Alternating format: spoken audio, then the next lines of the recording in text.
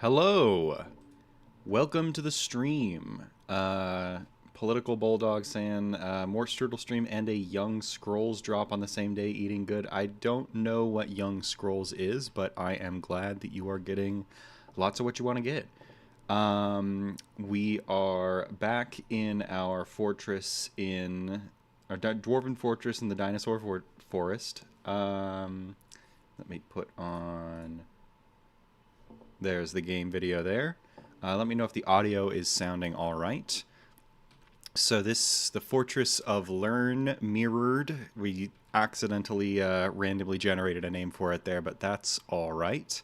So right now, the fortress is about a year and a bit old.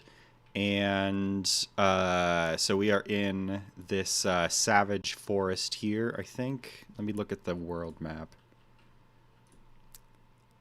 Right, we're between two different savage forests and a like shrubland. All of it savage, so that we will be getting dinosaurs and giant animals. Right now, the only animals on the map are two giant roaches and a giant sponge that I assume is just going to be sitting in the river for the entire playthrough because they can't move. But it was annoyed when caught in the rain somehow.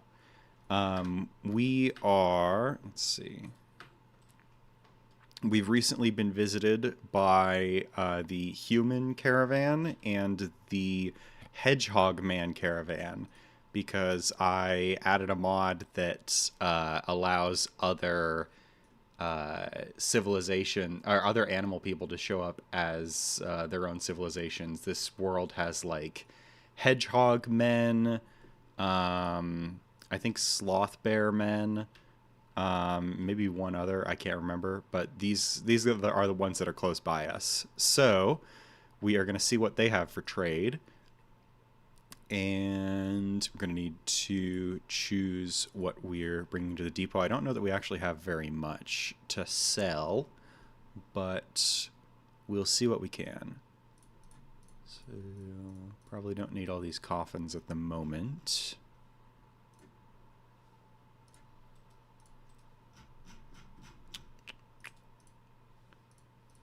I might have already... I think I'm going to need to cut some gems or something because... looks like pretty slim pickings here.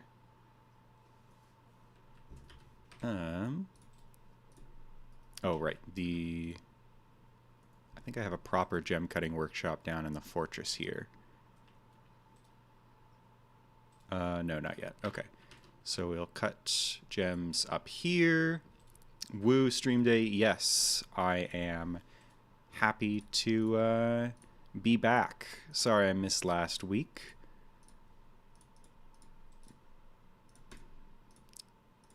Okay, so we'll cut some of those. We also have, I believe, the startings of a metal industry down here. Let's see. Right now we've got a lot of fuel, a lot of coke, some charcoal, but I'm not seeing any metal bars yet.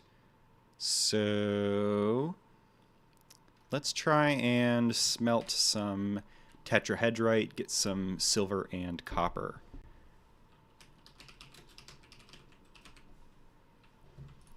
Let me actually put the game audio on. It's muted, I think.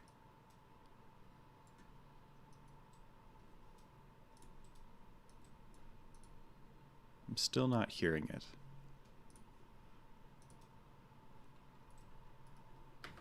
Okay, there we go.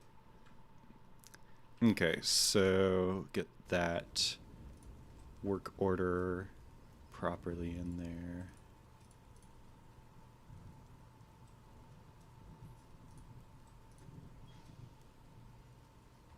Okay.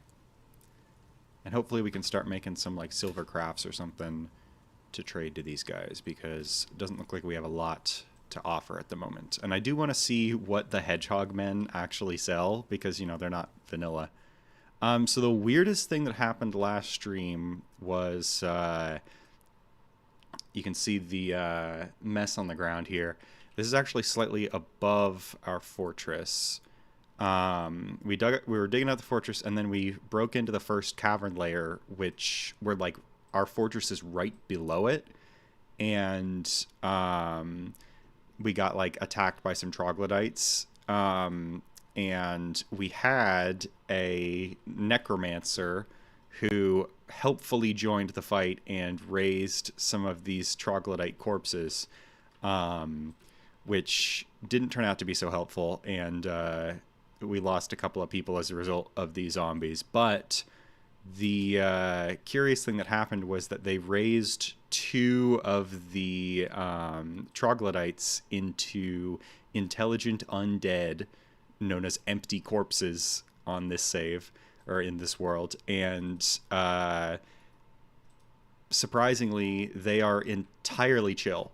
They're just standing here, wandering around in this like little wet area of the aquifer, and not bothering anybody. Where's the other one?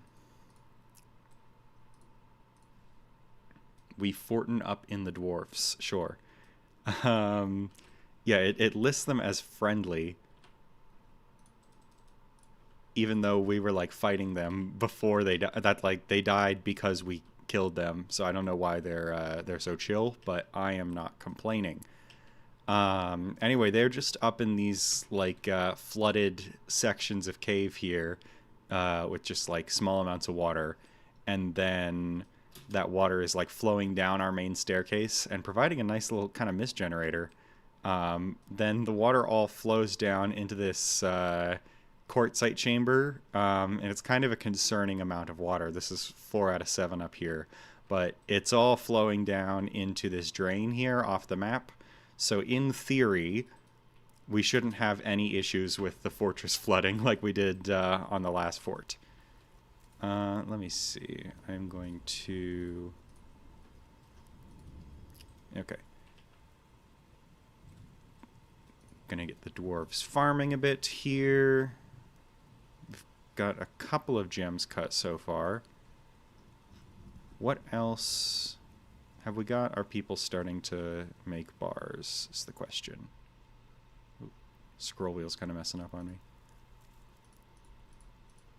I'll just put some tetrahedrite orders here directly.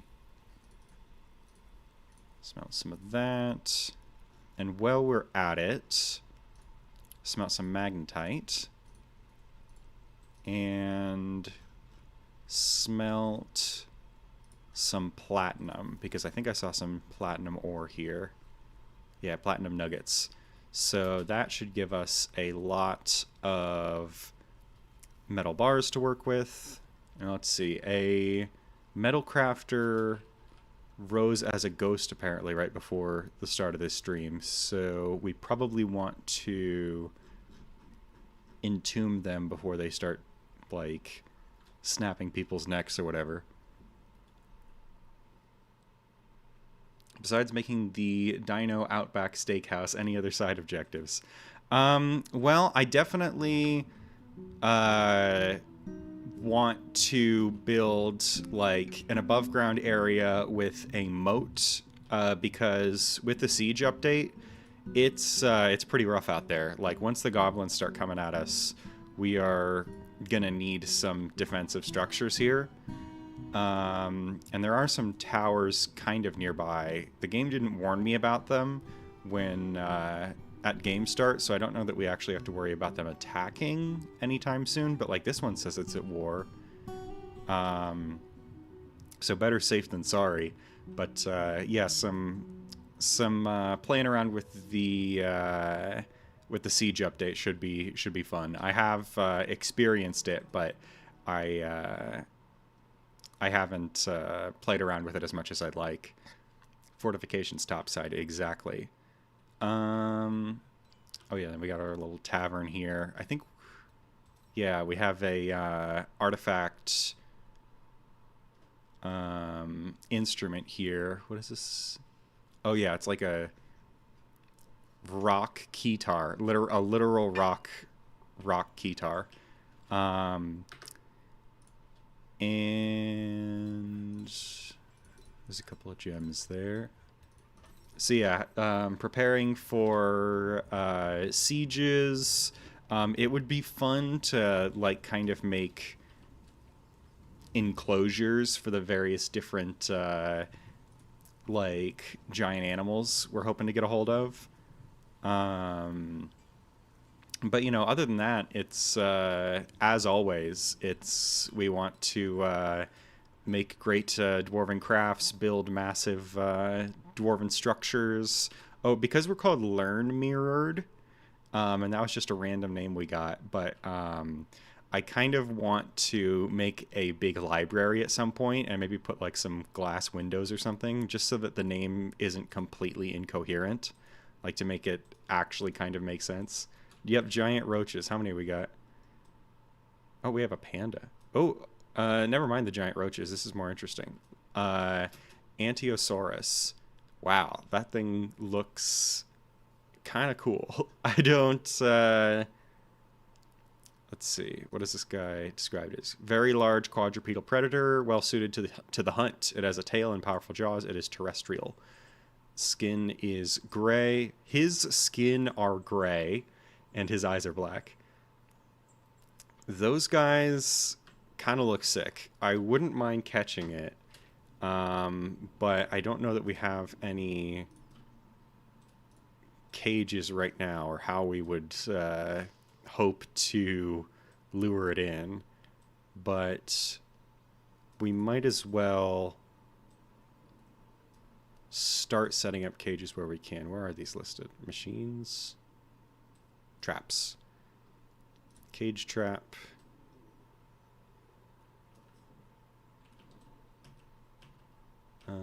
Yeah, there's no choke points here, so I'm not sure. Okay, here's what I'll do. I will put cage trap there, and just like some really basic walls around the entrance to the fort here, so that at the very least, if something tries to enter our fortress from above, it will have to go through the cage traps, and then we'll be able to maybe capture something. As you can see right now, we are not very well suited to the dinosaur hunt, but that will change. That will change. Build a staircase here so that we can reach the roof. Glass window viewing pens for any dinos we get. Yeah. That'd be perfect. I mean, in fact, it would be fun to have a library that then has like glass windows into the dinosaur enclosures, so that like we've got our researchers studying as they're like looking into these glass enclosures. It feels appropriate, and like, you know, makes the name actually kind of make sense. We have here a dwarf beast hunter necromancer who is coming to visit. We're gonna have to keep an eye on that guy, because we've already seen some problems with these necromancers. But hopefully he's just gonna hang out in the tavern or whatever. And if there's any combat in the tavern, anything dying in the tavern, then we have bigger problems anyway. Okay, that ghostly metal crafter got put to rest. Let's try and get something useful in the depot here before the merchants leave. Any particular dinosaur you're looking out for? Rather extinct animals, given that you've got some mammals in there as well. On this map, I specifically made sure that the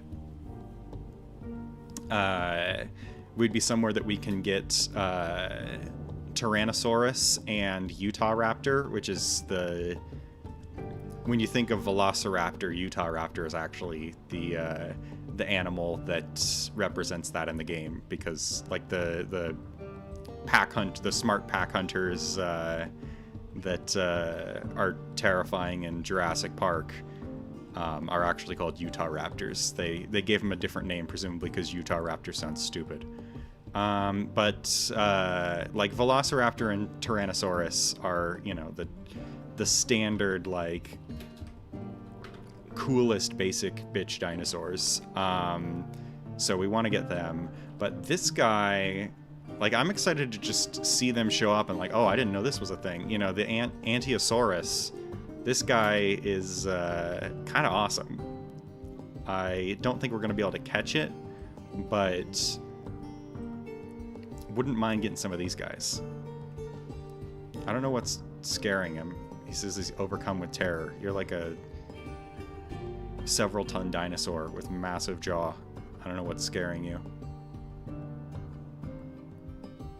But trade. That is what's important right now. Do we have... Okay, so we're starting to get some metal bars. So let's try... We got a lot of copper. Let's try and make some copper crafts to sell to these guys before they leave.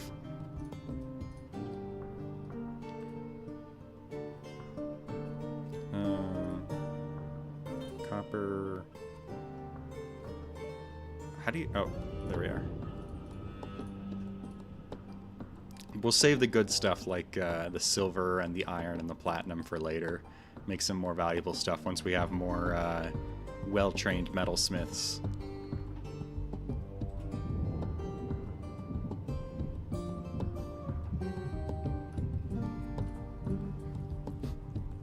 Mormon raptors trying to tell you about Joseph Smith and the tablets isn't as scary as velociraptors.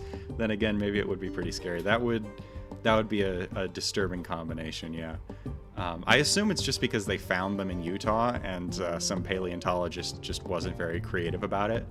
But yeah, velociraptor, it sounds like something that's gonna chase you down. But velociraptors are actually like, oh my god. Okay. So, never mind the dinosaur discussion here. We have a big problem. There is a were-raccoon in our tavern. Now, at this exact moment, it doesn't seem to be doing anything. It's not attacking. Probably because it's a visitor, like one of the random visitors happened to be a were-raccoon.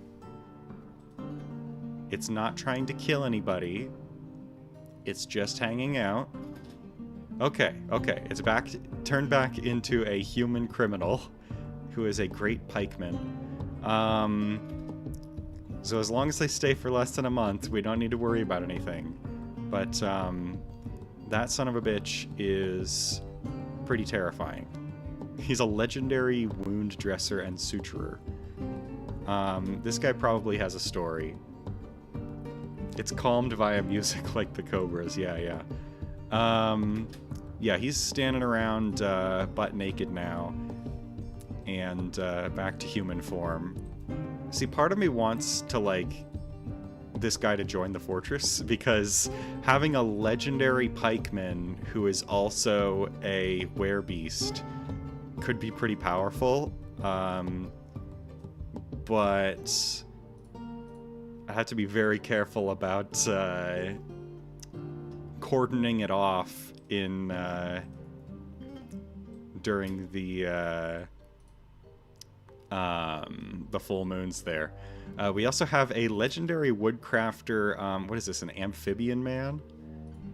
Look at that doofy ass sprite. Evil creature resembling walking frogs with arms and the intelligence to use them. They live in the waters far under the earth. They're described as a boss, so like presumably they're the head of some criminal organization. Slap a note on them so if they return we know, hey, you're a little raccoon man. That is not a bad idea. Let's see.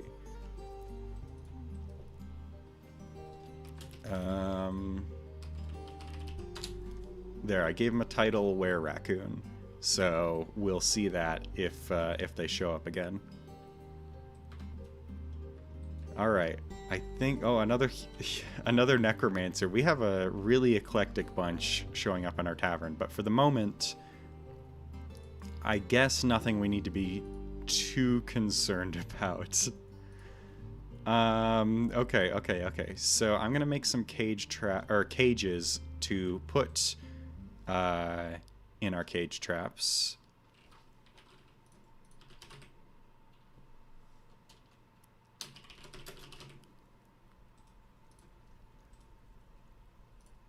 Oops.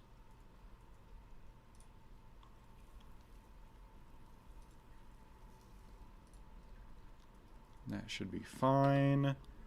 And oh damn, the merchant's already left. Well, we'll have more stuff like next season. We're getting the dwarven caravan, so it's nothing to worry about. And we'll have metal crafts and gemstones for them, so that should all be fine. Oh, the other thing I forgot to mention about these troglodytes is that one of them is missing their left leg, their right arm, their left arm, and their neck. So it's essentially just a torso and lower body with one, what is it? One leg crawling around, which is concerning to say the least. That can't be a pleasant sight for the dwarves. The other one is just missing a head. So these are some really strange creatures we've got down under our, or actually slightly above our fortress. Okay, what's our priority now? I think I've got bedrooms for 1, 2, 3, 4, 5, 6. That's 10. I have just enough bedrooms for everybody in the fortress at the moment. Let's get the Craftsdwarf's workshop up and running in the fortress itself, so they don't have to go up to the surface to cut gems. Did I say Craftsdwarf? I meant gem cutter. We'll set up these stockpiles of the rough gems below and then the cut gems above. Just I try and put all the products on the top level so that it's the shortest possible distance to get it to the depot. And like on the lowest levels, there's the raw material, then goes up to the workshops, and then up to the finished goods here. So then the cut gems up here.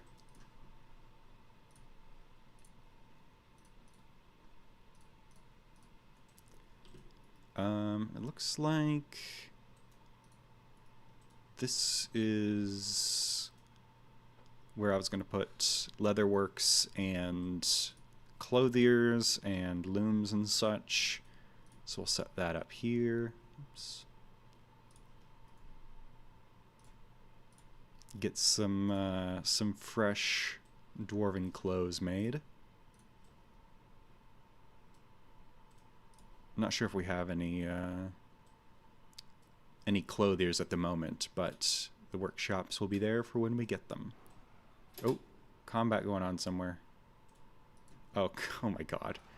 The dog is fighting, or one of our dogs is fighting the Antiosaurus.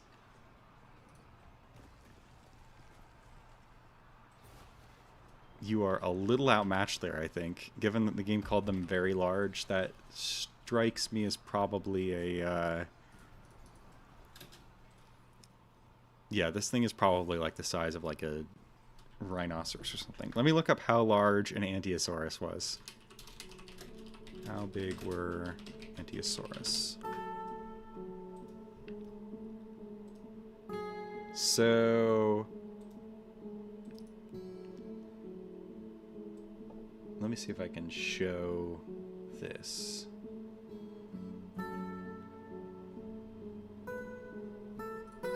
Make a new input source here.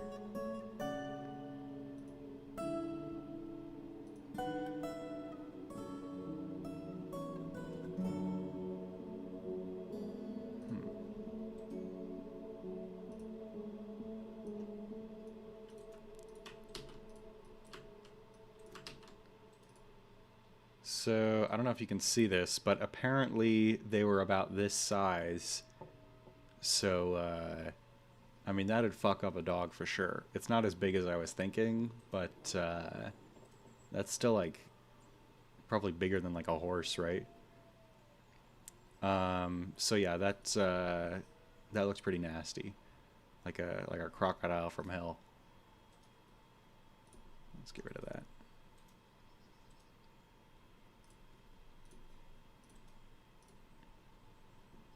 Lion lizards.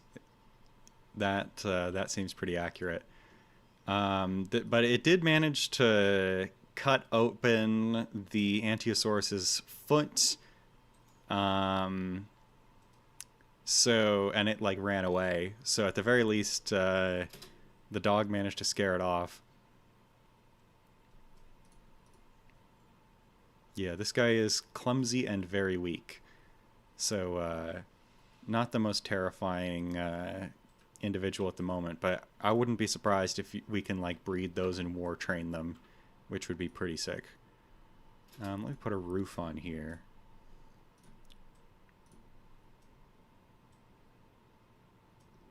Don't quite have enough.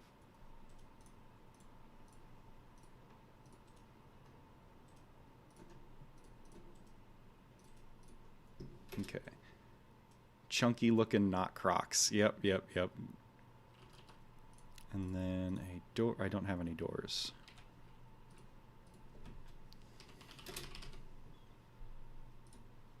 I don't know how big the cave crocodiles are in this game. They might actually be more threatening than the Ankylosaurus, but I do like the look of that guy.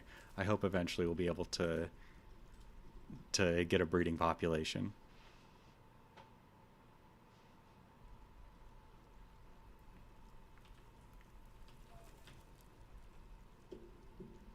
Yeah, everybody seems to be playing nice here in the tavern.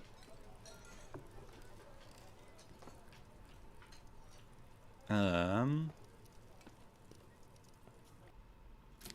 need a stockpile for like cloth and leather and such. Oops.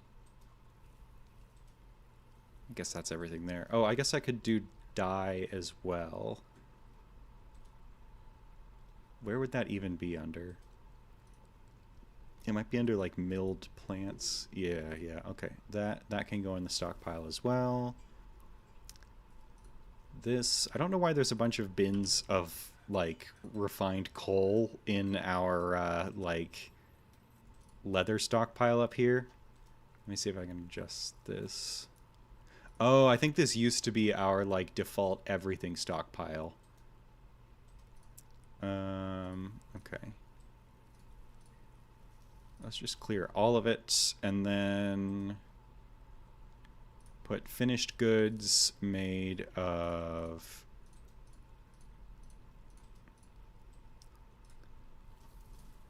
leather, cloth, silk, and yarn. The same for furniture.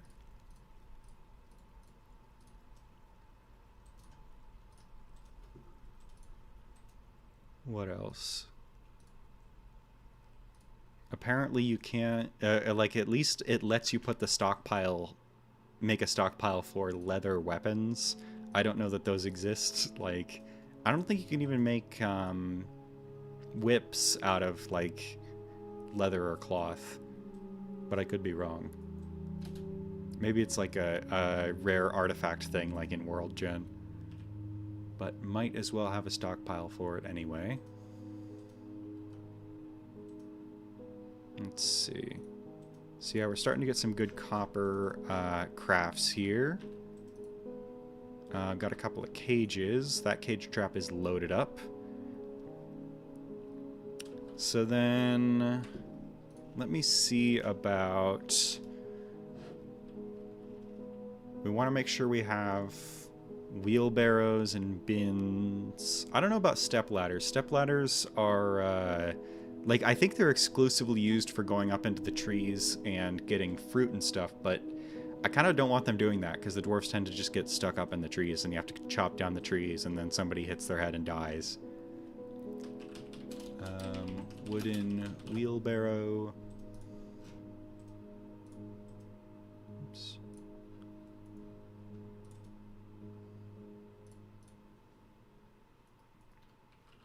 Is that dinosaur still around? Nah, it got fed up with our dog attacks and ran away. Fair enough. We have giant sparrows now, which are also kind of cool, but not as cool as crocodile dinosaurs.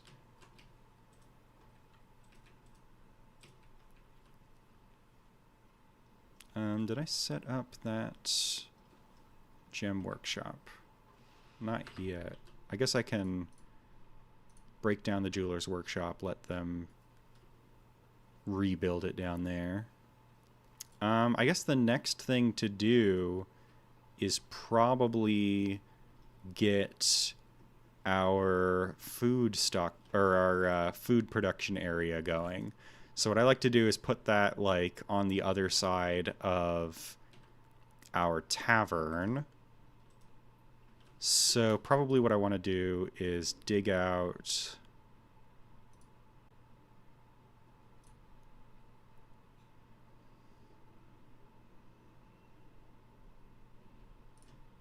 some big food and drink stockpiles here. Okay, we're going to put the drinks on the left. So I think I only need 3 levels for the drinks. 1, 2, 3. Then food. I need the cooks or the kitchens. Then raw food. Then like butchers.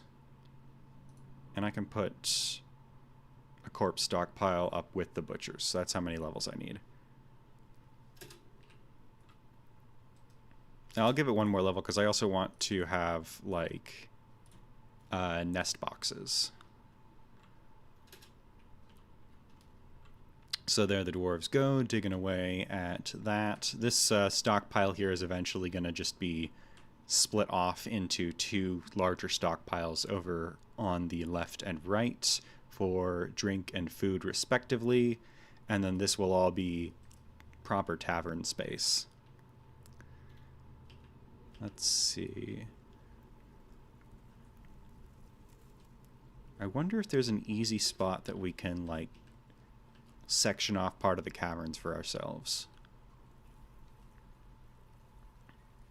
This here wouldn't be bad, but it could be better.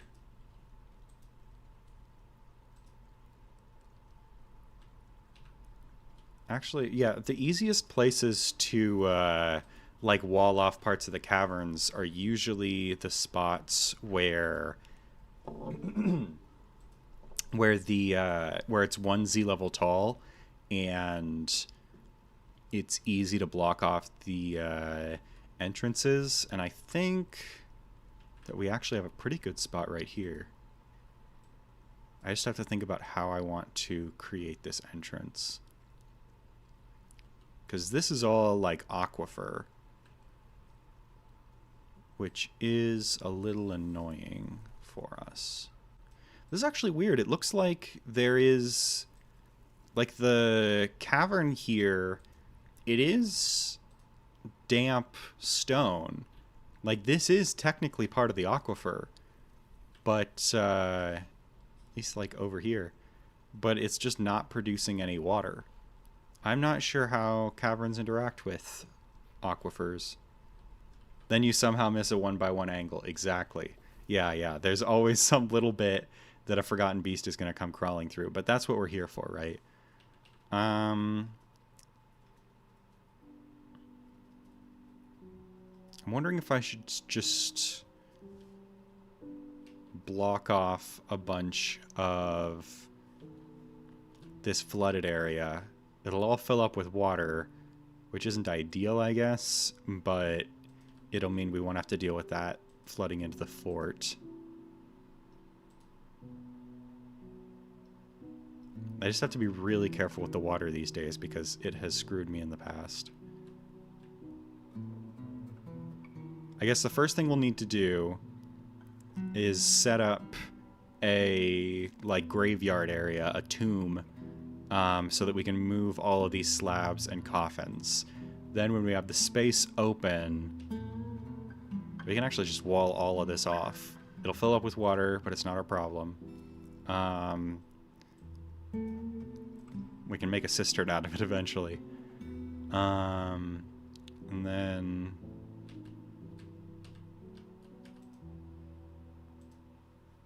this one unfortunately has lignite in it, but I don't see any way that we're getting into here without a...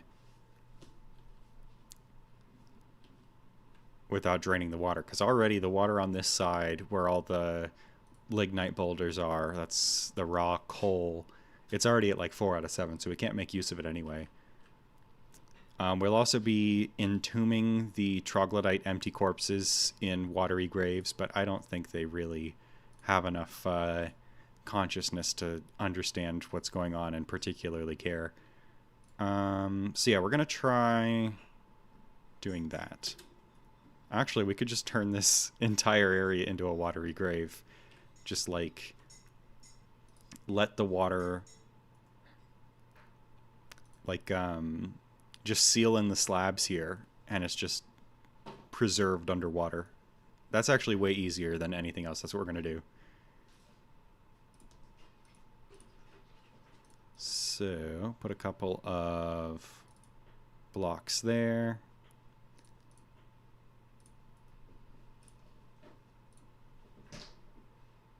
Furniture, I think slabs are under.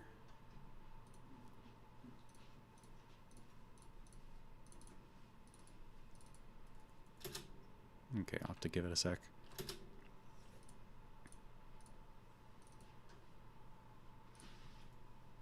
You're pickling the corpses, good lord.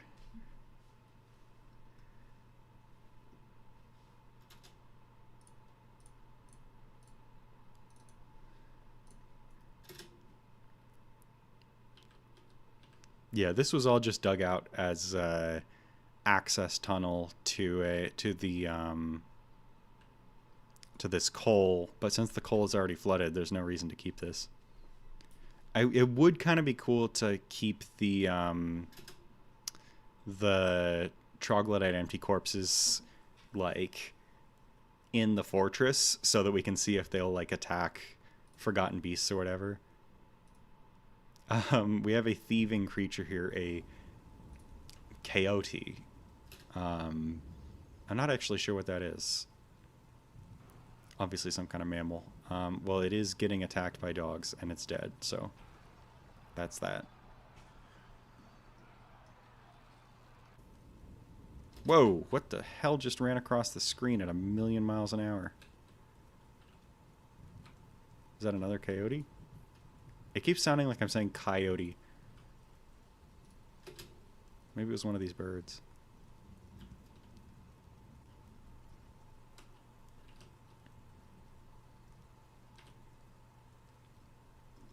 Okay. So we've almost got this sealed up.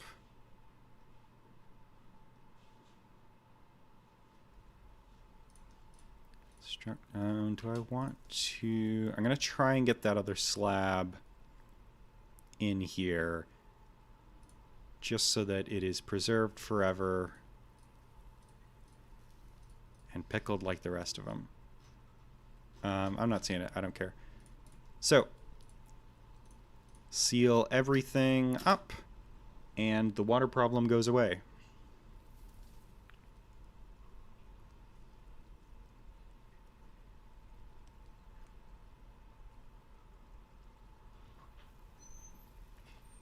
This guy is going to be joining us in the fortress. We got one of the troglodyte empty corpses. This is the one that's mostly got its body. It just... wait, what?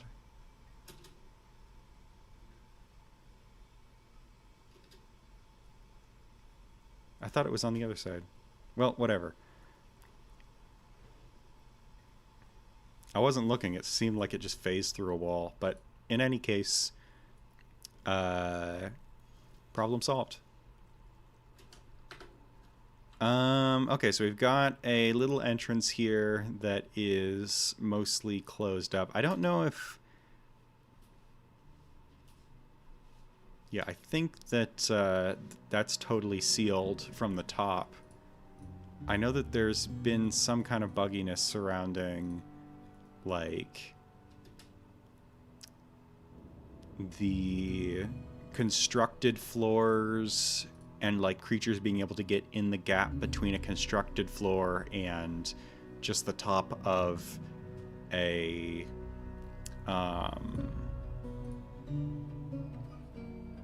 block. It's hard to describe, but there's I think we're good. It doesn't matter. All right. So we got a bunch of furniture here. Hell of a lot of coffins. Maybe hold off on making coffins for a while.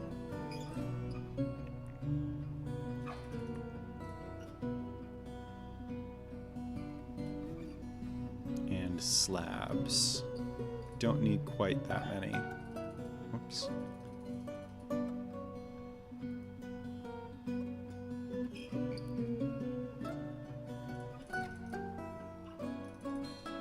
Okay, that'll do. Let's see.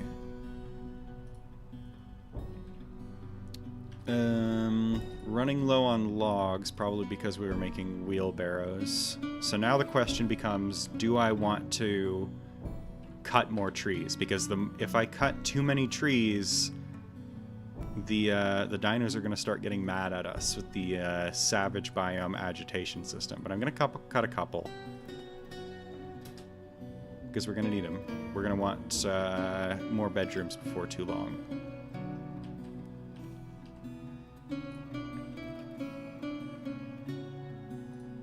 Let's see.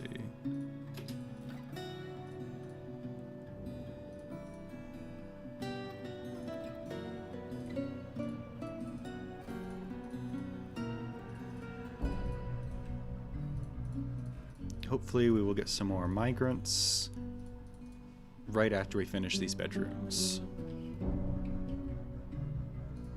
Got lots of copper crafts now. Let me look at what our bar stockpiles look like.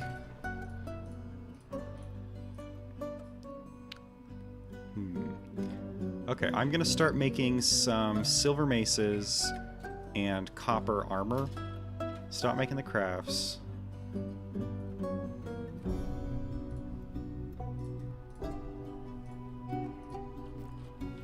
And then we'll be able to start equipping a military, which is exciting. I know we do have iron, but we don't have a huge amount, and we're kind of starting to... We're like swimming in the copper right now. Right.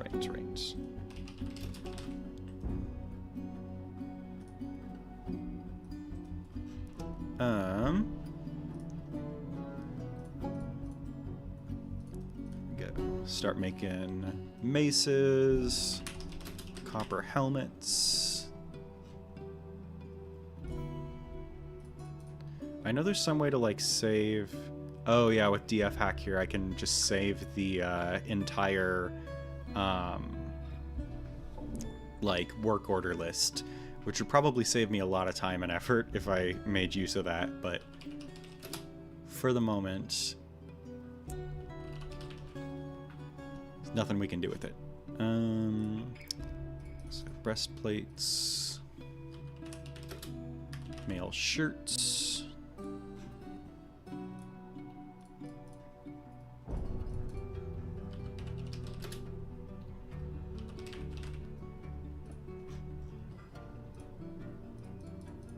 Got the greaves. Copper gauntlets. Is there anything else?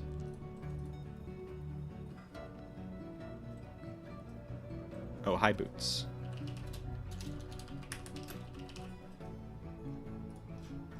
All right. Make sure we've got all of the conditions on there. All right, that should be good. So now our dwarves should start preparing some proper equipment for a military. Which we're probably going to need because I don't know if... well, if we want to go into the caverns, it's dangerous down there. And we've already had, you know, the incident with the troglodytes. So we want a fully prepared and equipped military for that.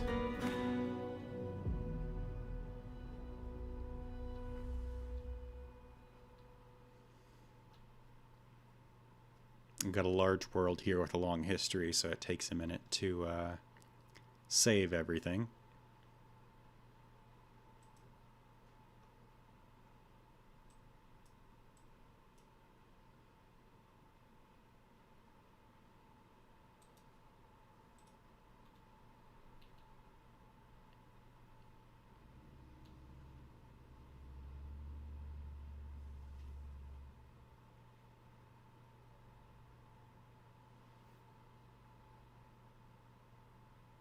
All right, there we are. Oh, I still have my my broker just sitting in the depot doing nothing. All right. Dwarven caravan should be here before too long, but we don't need to go in there right now. Or we don't need them trading there right now.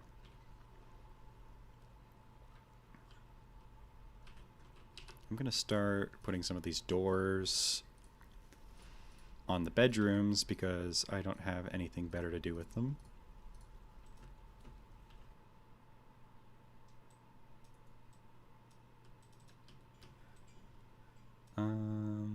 Oh, are we... We seem to have dug into the aquifer up here. That should be fine. Let's see. So this one was going to be the...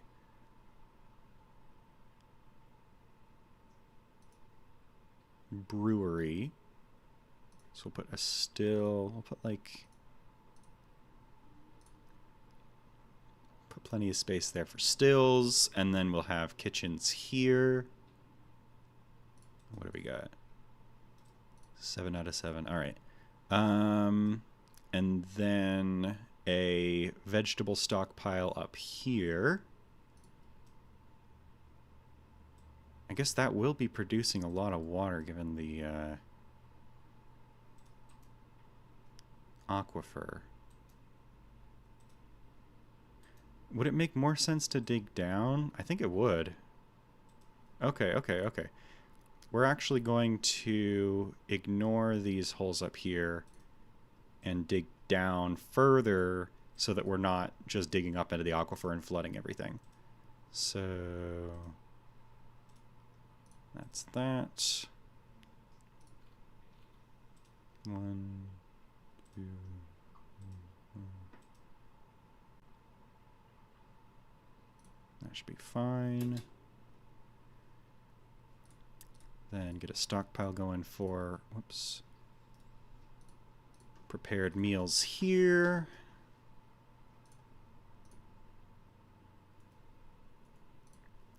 Then no prepared meals in that stockpile.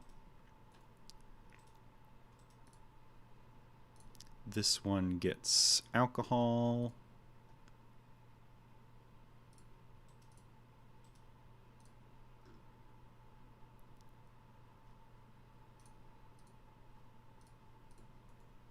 And then no alcohol in this one.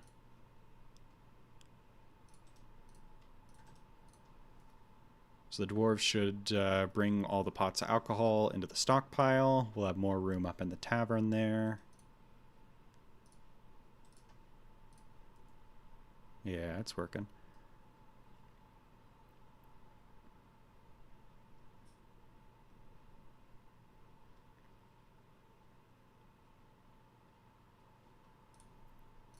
I guess smooth that over and smooth these levels over.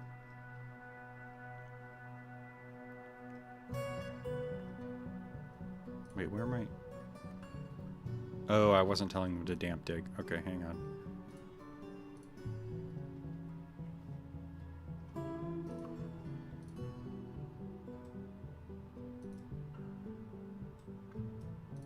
There we are. Ooh, dug into some gemstones here.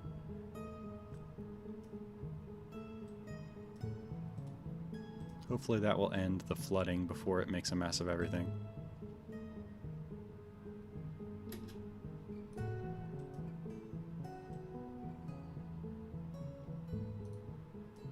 Let's see.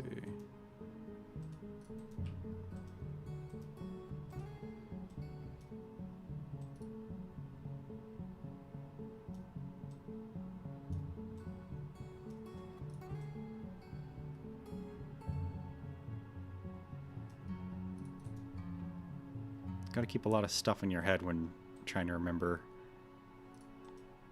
what you're designating. So this side, I need a still. And I'll give plenty of room for that. This side, I need the kitchens. Down here is the raw food. Down here is the butcher shops and like fisheries and such.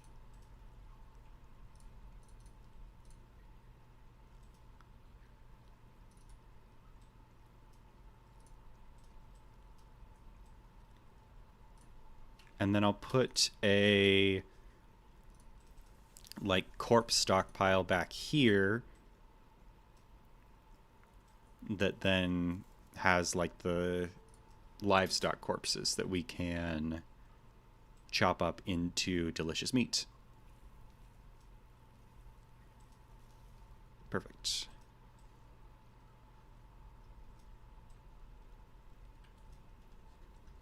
That what was it? A were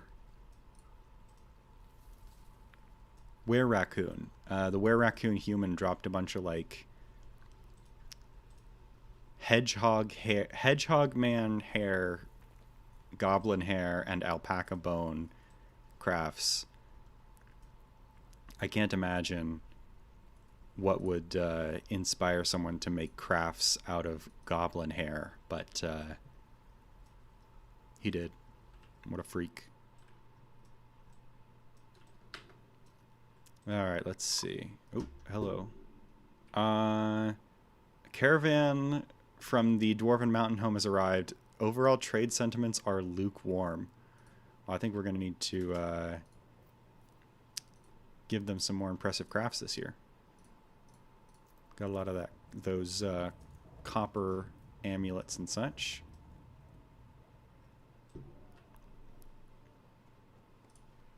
Get them cut gems. Yeah, we got a whole lot more this time.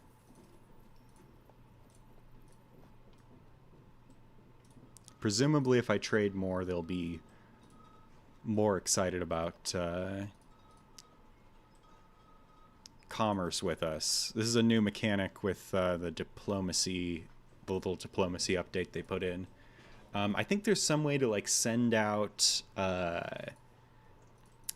your diplomats to try to like visit the mountain homes or other trading settlements and like improve your trade relations. I don't know what that really entails because like, do you give them gifts or something? I don't know why simply sending people there to say hi would meaningfully improve things. But what do I know about diplomacy? Okay, that should be good. Now the dwarves will take all of the stuff upstairs, put it in the depot, and we can make some money. Diplomat, there is much to share. Things that they want to sell us. Well, or things we want them to sell us. What do we really need?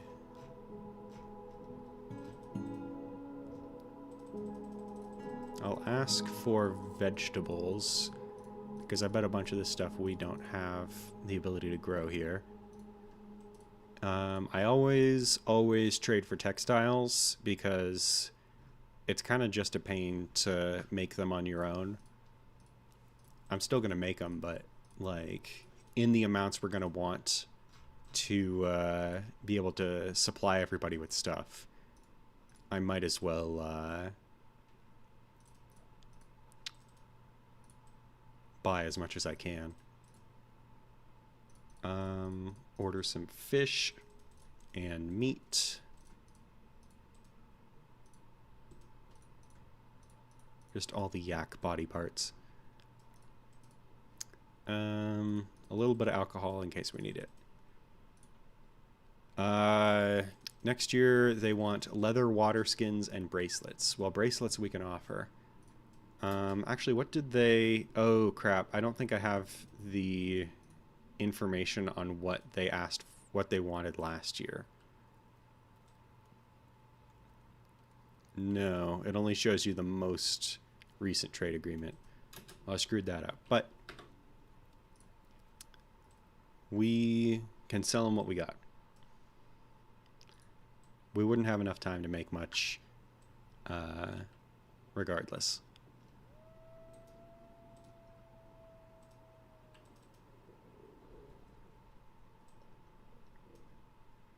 I wonder if I can actually... Because I can still... I'm not sure if this little section is still filling up with water. I guess it doesn't matter.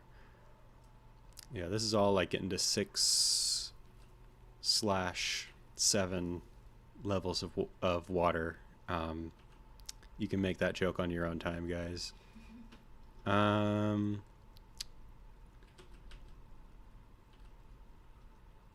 see.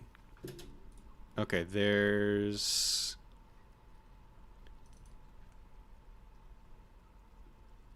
Right, I'm digging down below to make the breweries and the kitchens.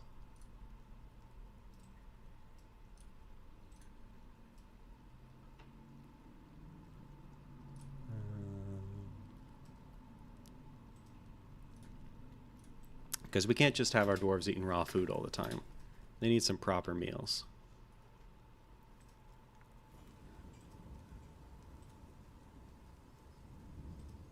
Since we now have a little bit of actual weapon, like we have some actual weapons and armor now,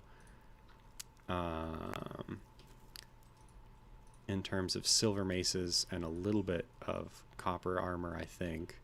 Oh, I should make copper shields as well. But now that we have that production pathway starting to work for us... Oh, I already have some dwarves assigned into this military group, probably just to... from when I was like trying to punch the troglodytes to death. They're called the Copper Loves, just the random generated name. Let's see. We want our best... We want the highest melee potential because they're going to be fighting for a long time. So we want to be focusing on the long term here. So let's unassign everybody from the military. We have one proficient fighter, but he's also one of our miners, and they can't be both mining and in the military at the same time. So we need to decide how good of a miner are they actually. Ooh, we actually have... Ooh, sorry about bumping the mic. We actually have a skilled mace dwarf. That's the same guy as our chief medical dwarf. we'll put them in charge of the squad, which means we probably want a different chief medical dwarf. This guy's the only diagnostician, but whatever. This guy will be chief medical dwarf for now. Do we have a hospital? I think I made like a temporary crappy one. Oh, right, up here, up here. This one. So we'll assign chief medical dwarf as doctor. So Dodoc can just be doing just fighting for us. Iton is the miner who... They're a high master miner, but they're also a proficient fighter. Look, I can always get more miners. I'm gonna put this guy... Wait, hang on. Oh, he's actually not that high on the list of combat potential. So I'm gonna put other people up first. Just going down the list. Yeah, these 5 guys will be good enough for now. We'll get them equipped. Let's see. Yeah, that should be good for now. Then I need to change their scheduling.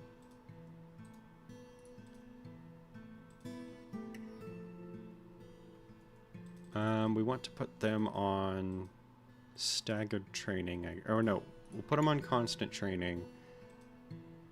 Equip always. And we'll have at least 2 of them training at all times.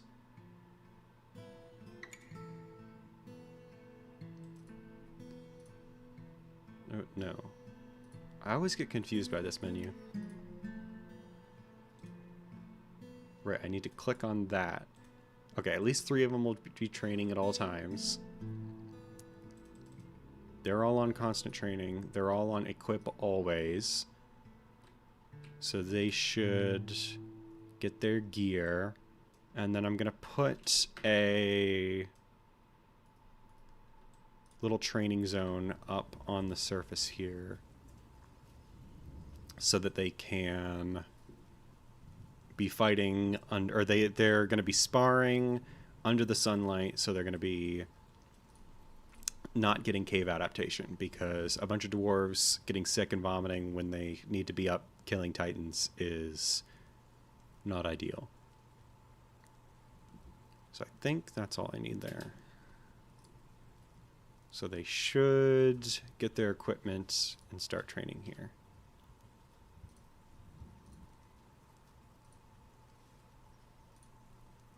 This guy's not really... Ooh, okay, here we go. We have somebody all decked out here. Copper helmet, copper breastplate, copper greaves, silver mace. Perfect. Hopefully we get a whole bunch of people fighting like that. Or all equipped like that and ready to fight. Then once we got them trained up a bit and properly equipped, we'll send them down into, or up into the first cavern layer, I guess, since it's above our fortress. And we can claim some of this area, turn it into farms, and then we're going to be good to go. At the moment, all I've got is this tiny, poor soil farm up here, but that's not going to do.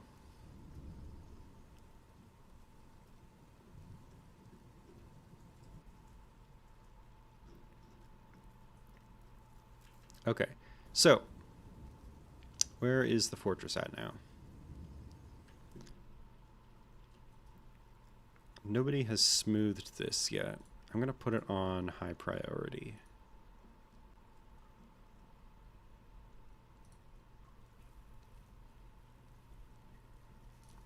Just so we can get some of this water out of here.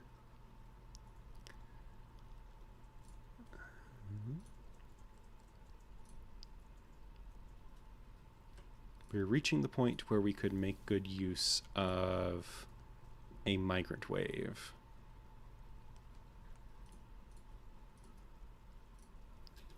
I like how whenever there's just some little leak of water coming in from an aquifer somewhere, you just end up with these pools of blood on the ground because like some of the dwarves just happen to be covered in blood at all times, and it just cleans them off.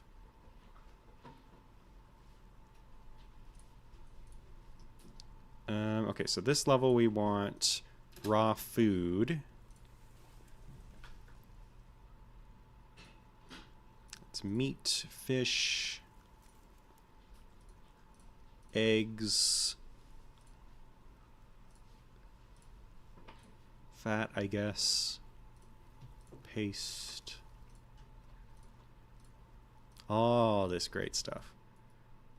And then I don't know why lye is put as a food, because I don't think that's safe to eat. It's like eating bleach or something.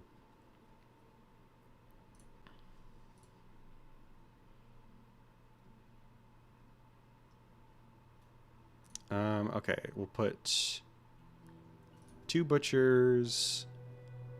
I'll put 3 butchers and 1 fishery, because I don't think we actually have been doing much of any fishing. Because I think any fishing you do increases the little counter that gets the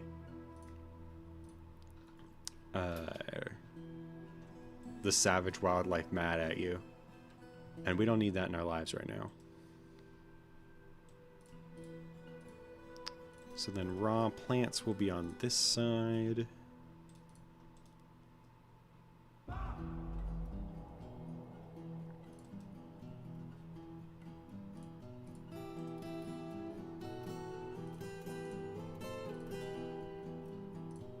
Whatever. Okay. So is that everything? Do we not need any more stock, any more of this food stockpile here? I think we can get rid of this.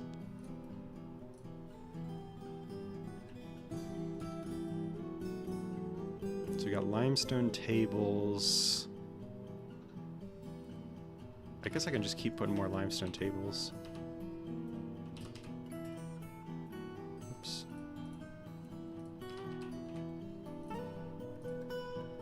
Yeah.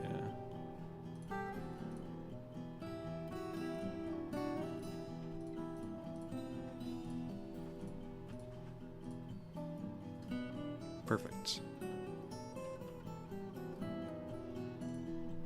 Let me make sure that the meeting area covers all that.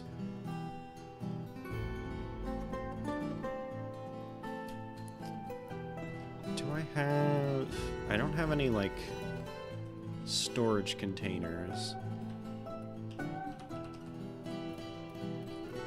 Because if we had some chests in here, then they'd be able to store like goblets and stuff.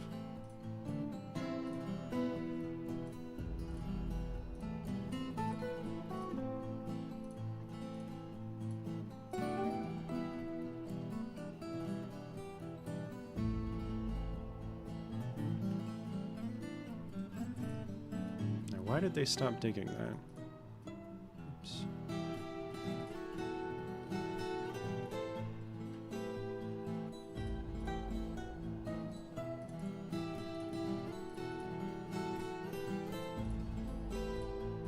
Okay, gonna get a bunch of bedrooms going. Ooh.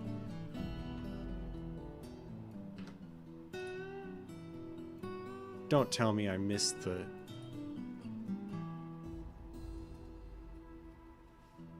I think I missed the caravan. Hang on, let me see. No, no, no. It says they arrived.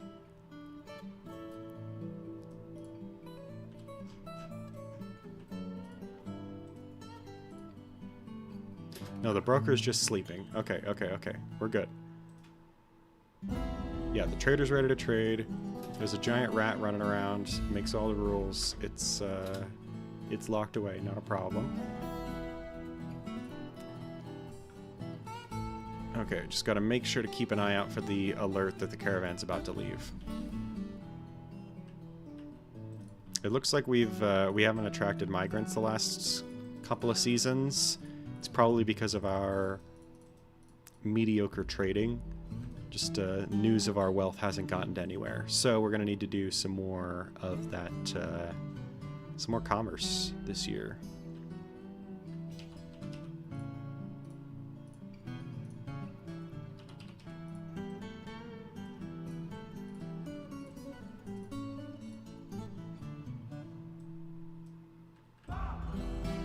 I think I need another...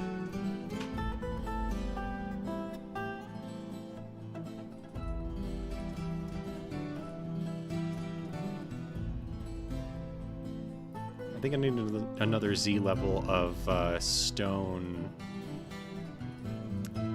furniture storage, because it's starting to take up a lot of space here. Oops.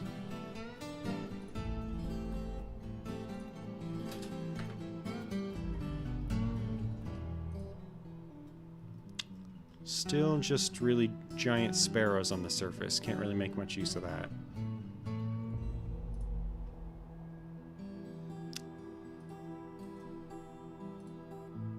Okay. Why does it say there's no merchants? They already left. God damn it. I keep missing these guys.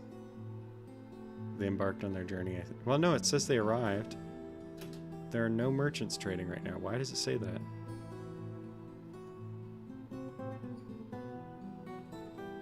It doesn't say they left.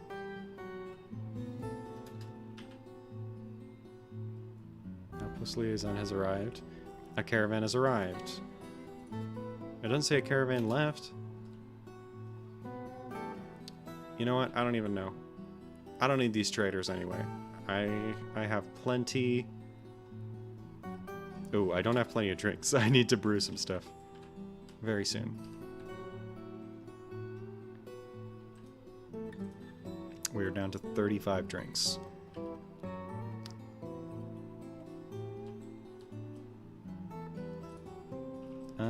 Okay, so... Do I not have a brew drink from plant order on here? Doesn't look like I do.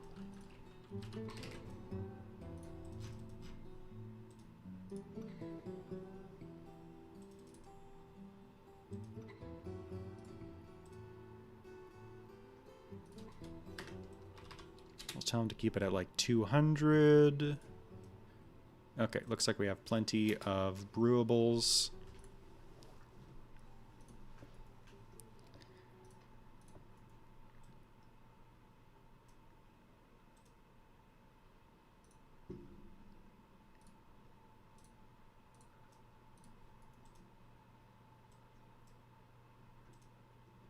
Let's see. You know what? I don't think I need all of these butcher shops. I'm going to turn like one of them into a farmer shop.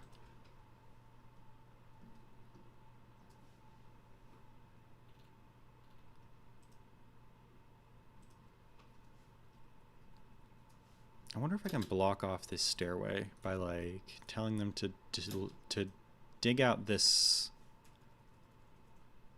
dig out these stairs, and then maybe I can get them to build a ceiling above it, because there is some water leaking down. Construct floor, or no, wait, I want to construct like a wall here. Looks like it's going to let me.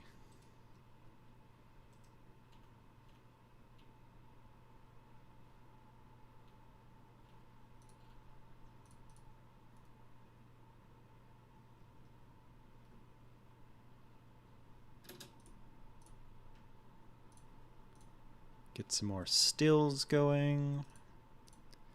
Because, oh yeah, we're already up to 91 drinks. We don't need those damn traders.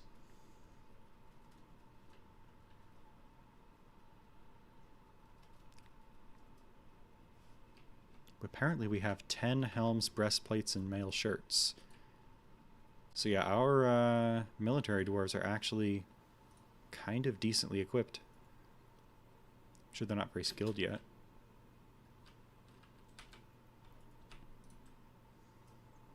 Oh, we have a ghostly metal crafter. So before I removed a slab here, I assume that's... Oh, wait. Somebody died. Why did somebody die?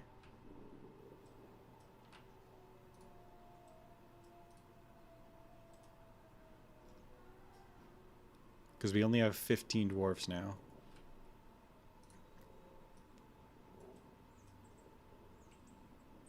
There was a miner who was fighting a zombie, but that was way back here. That's not...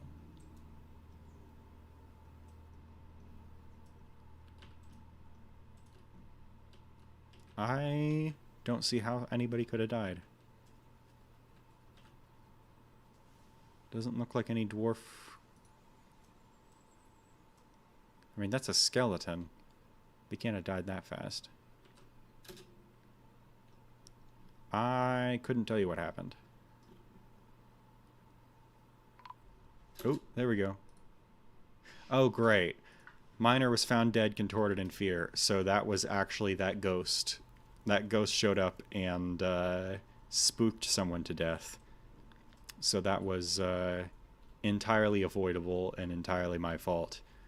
I got to get that slab set up. So let's dig out some kind of area for memorials.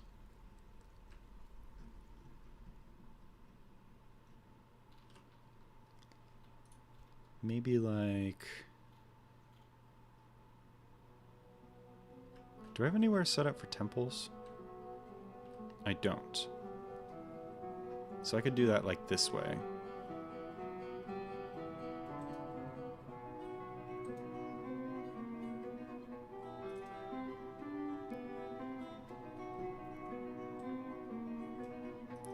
So I'll have like a little memorial hall here that I can have slabs on.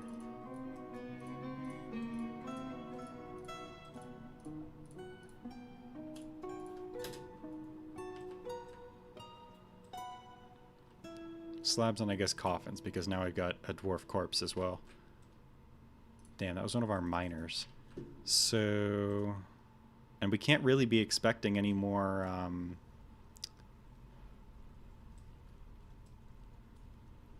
merchants any more migrants anytime soon, because we screwed up with the merchants.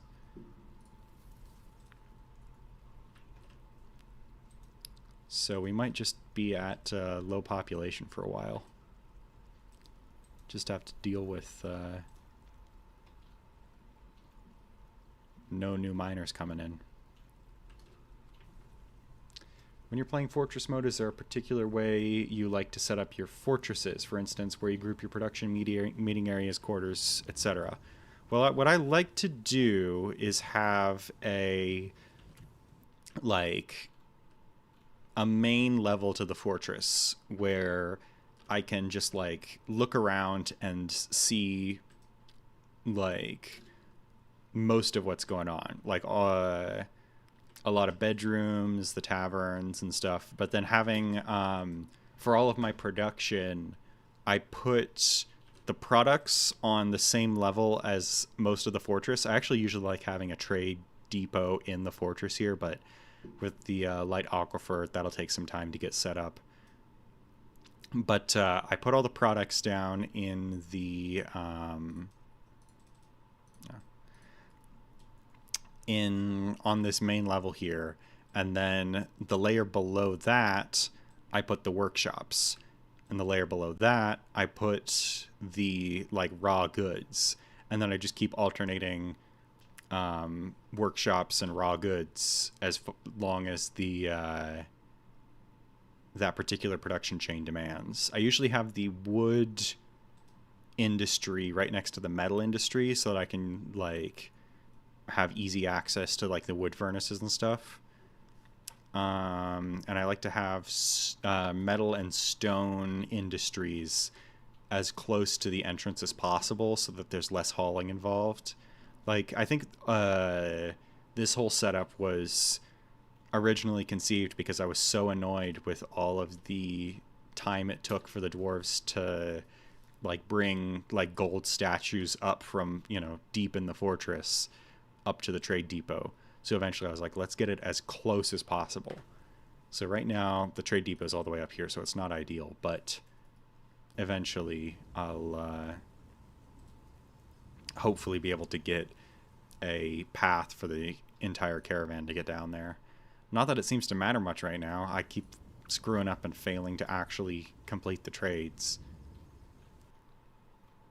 We might actually need to like go out and send like some messengers to the mountain home and try to smooth over trade relations, because we have kind of done a mediocre job there, and they are probably not that interested in trading with us.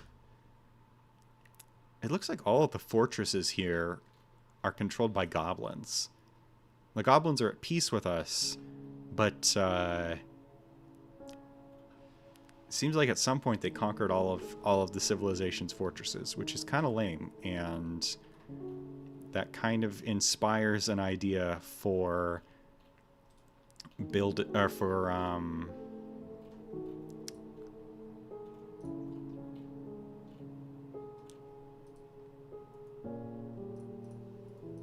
for what to do late game. Maybe try and get some of those fortresses back. Well, I'm not seeing a way to...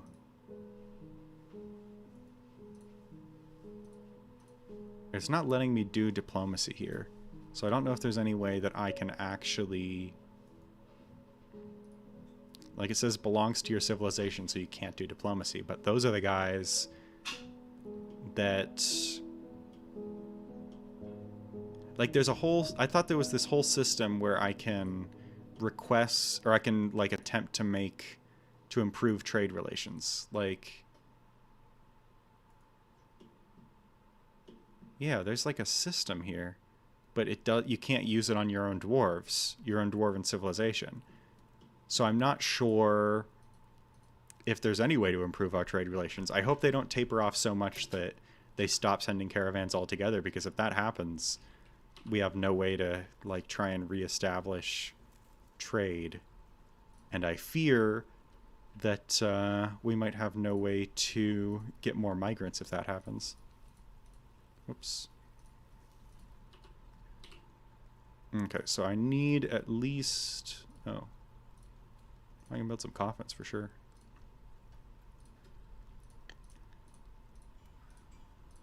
I don't know why I made this many coffins. Maybe I just put a continuous order. Oh, they're not making them anymore. But yeah, I need to put down that, because I already have an engraved slab for the ghost, and I have every reason to believe the ghost is going to kill some more guys if not properly put to rest. Oh, come on. It'd be a nice quality of life thing if you could engrave a slab that has already been built. Just like have somebody go over and like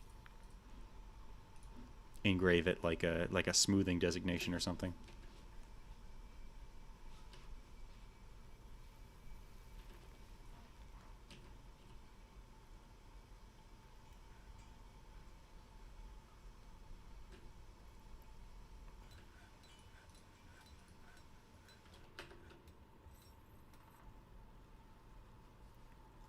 Somebody is very angry. Why are you angry? Our chief medical dwarf. They were attacked at some point. That's probably why they're angry.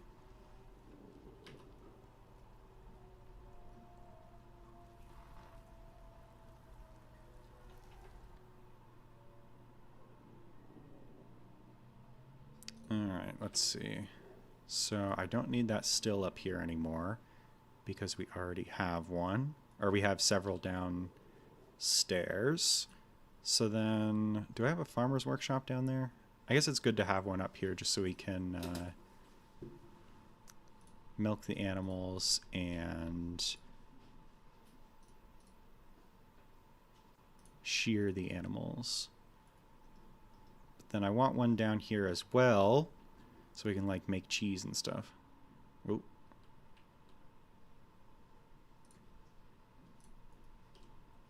Where? These are all kitchens. Right. Let me dig out some more space for more workshops.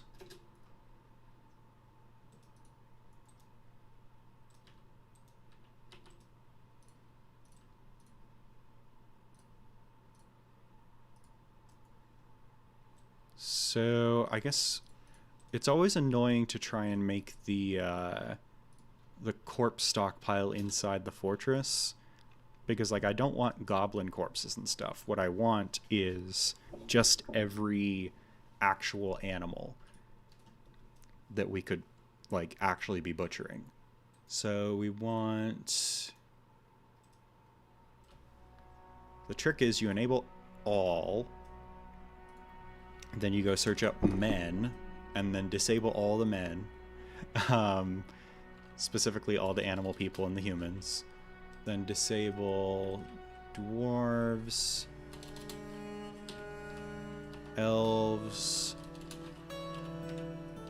goblins, trolls, and I think that will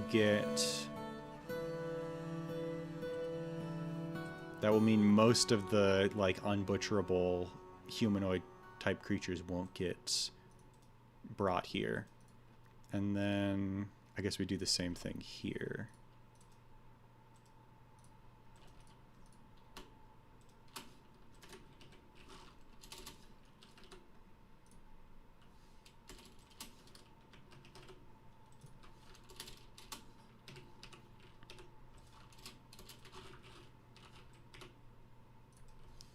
Elves. Is there anything else? Goblins? I just got to do it like separately for each time. Kind of a pain.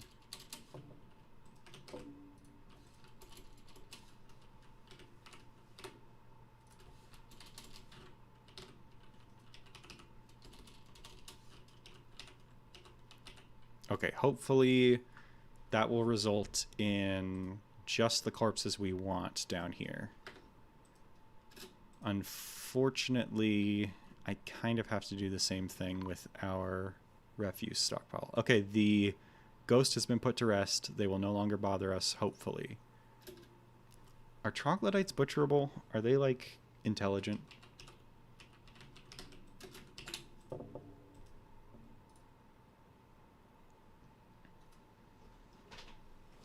Cannot be butchered.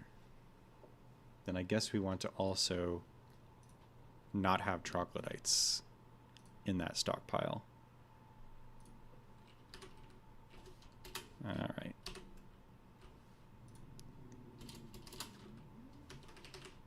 Dwarves.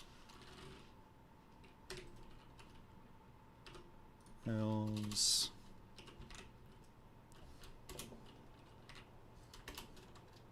This is why I hate setting up refuse stockpiles, because you kind of need the animal corpses to be down by your butchers. Like, there's only a certain radius that they'll butcher from, I think. But you really don't want a bunch of like goblin corpses inside your fortress. That's just disgusting. They're just gonna rot.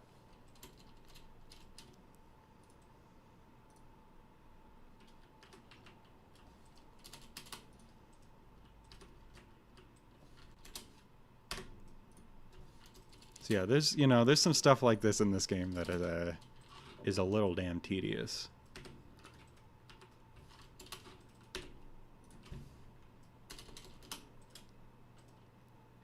What else?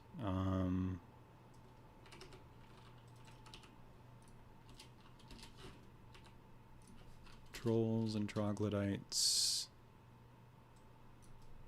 And then one last time.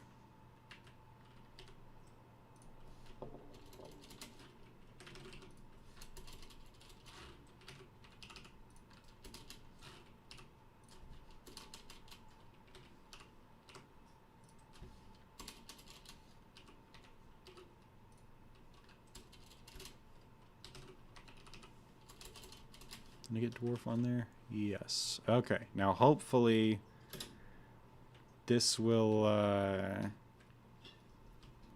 lead only the corpses we want down in our little freezer for the butchers to chop up.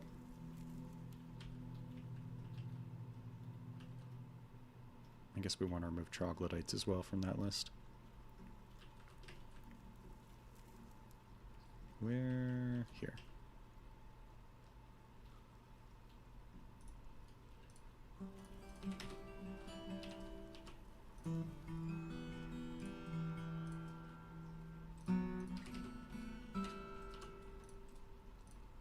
I honestly don't understand this menu because, like,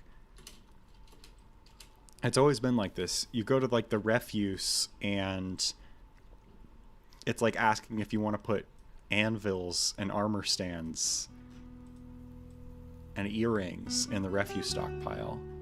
And I don't know what to do with that because, like, why would they ever be in that stockpile? They could end up in the dumping stockpile, but that's a zone. That doesn't go to the refuse stockpile. So I don't know why that's an option. Maybe it's just an oversight.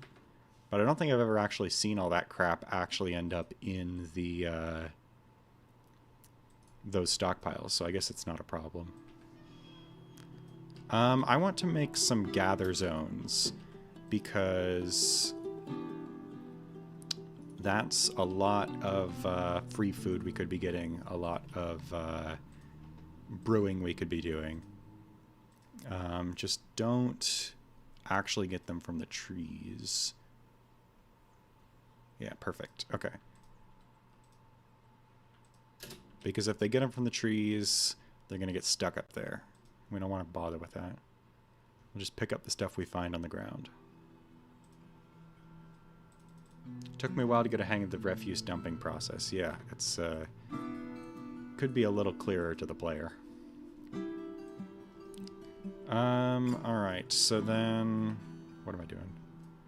I wanted to look here in our food stockpiles. We got people brewing up everything. Let me check the kitchens before I start putting in cooking orders because I don't want these guys cooking up all the seeds that we need. Do not cook plump helmets or anything that is brewable at all. Perfect. I guess don't cook milk either. Certainly don't cook any alcohol because we'll be turning the milk into cheese. I don't know if that actually provides any real gameplay benefit besides a little more variety of food, but like it's just nice that the dwarves can have, you know, pig cheese or whatever.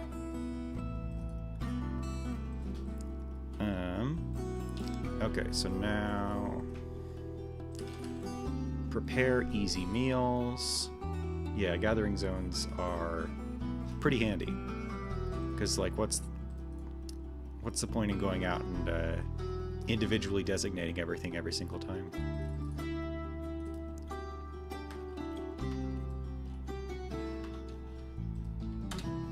Okay. Now hopefully we'll be getting people cooking some food up, getting that cooking skill higher.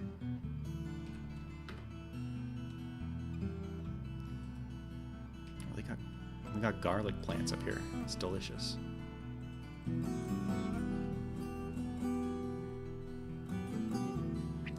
One thing that annoys me is when you run out of seeds and you just have to keep changing the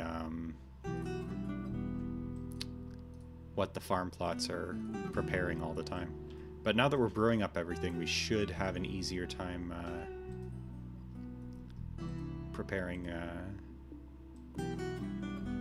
or getting seeds for farming everything.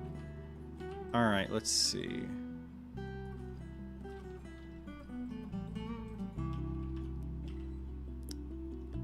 I'm going to make some tombs here.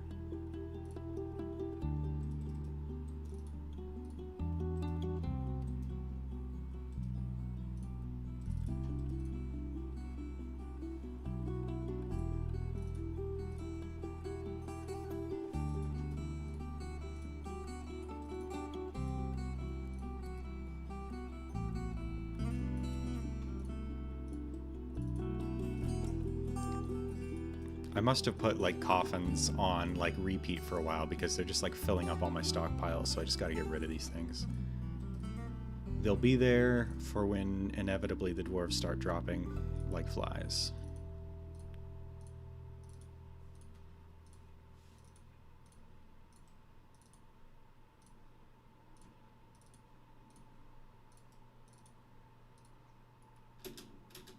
Okay. And then we should fill up these bedrooms. Yeah, this guy, we really ought to be doing something with this guy because there's just been a dwarf sitting in this empty bedroom for like probably a month or two now. Dwarf corpse, I should specify. Build furniture bed. Use the closest material. Like, I don't expect to be getting migrants anytime soon, but no sense not being prepared.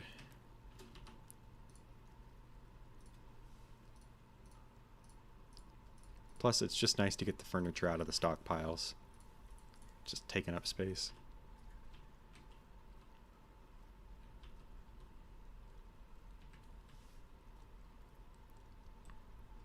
Okay.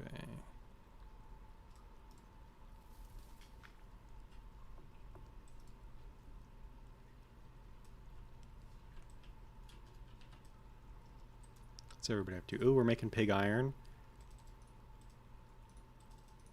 We might start seeing some steel before too long.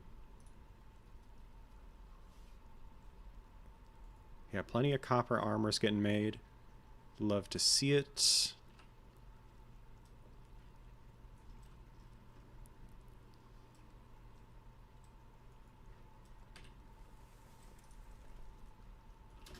Let me put... Oh wait, I might already have an order for cutting gems. Not seeing one, so let me make one. Cut gems. I'm going to put a bulk order, but I'm also going to put like a smaller order for just like cut one gem if there's a single gem available. Because sometimes, like, I feel like I end up with a lot of situations where I don't get anything cut because, despite having some rough ones, just because we have less than 10. So that should do. Yeah, we got lots of rough gems right now.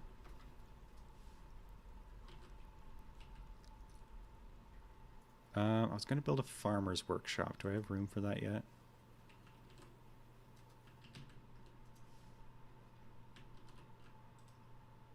I do.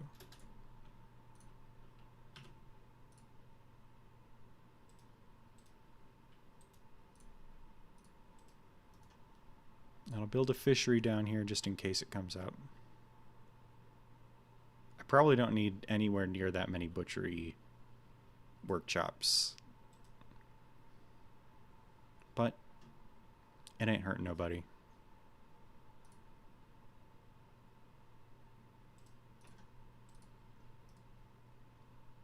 Let me build some nest boxes because I probably have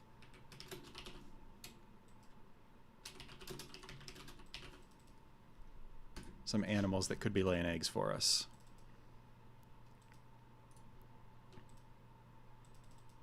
Where am I going to put those? I think like...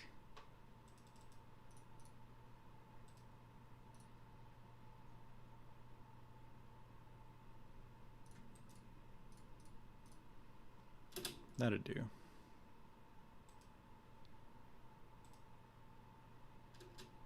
Make it like this.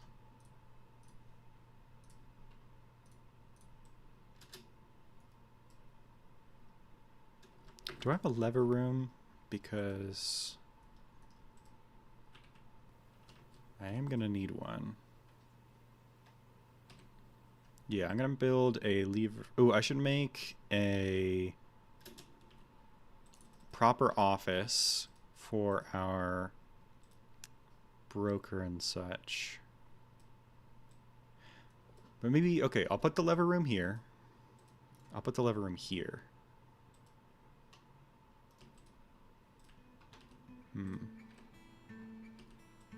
No, I'll put it next to our... as close as possible to our tavern, because that's where most idle people will be.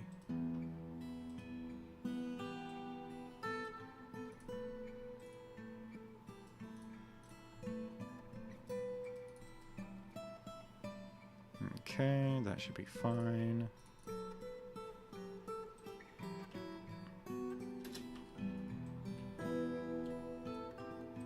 Do I have... I have some mechanisms.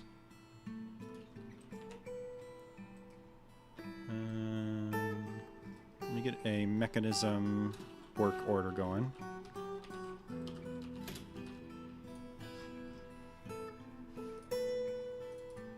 Perfect.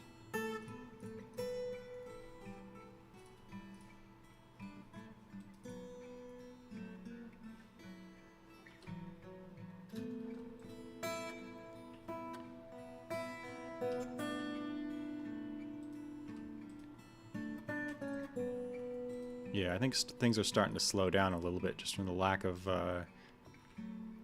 labor available.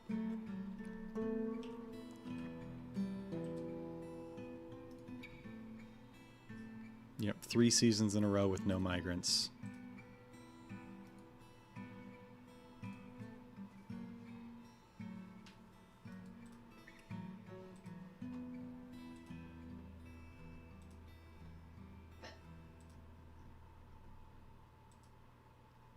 But yeah, we got a couple of pretty well-equipped military dwarves at this point. Adequate mace dwarf there. Skilled mace dwarf. Novice mace dwarf. So things I think are starting to look pretty decent in terms of our ability to defend ourselves. Oh, right. I was going to make another stockpile here. I guess I can... I think I can just make it... Oh, I can't make it on a different level. Okay. Wait, what?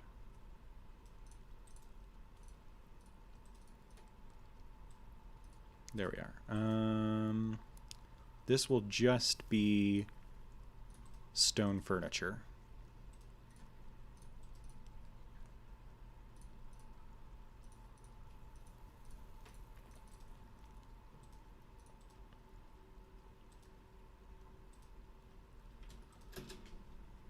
So all the extra furniture can go up there.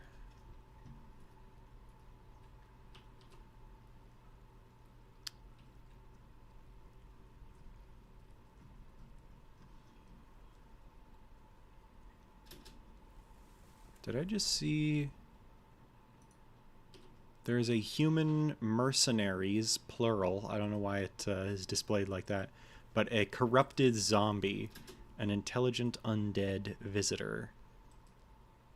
It'd be sick if they tried to join as a soldier. Could definitely make use of them.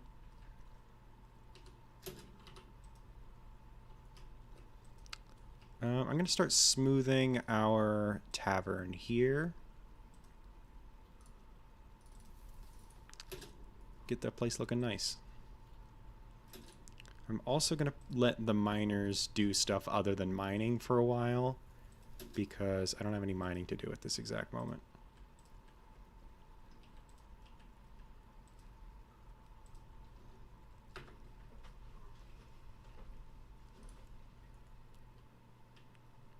So is the next step to just start digging out, or start constructing a proper defensive position on the surface?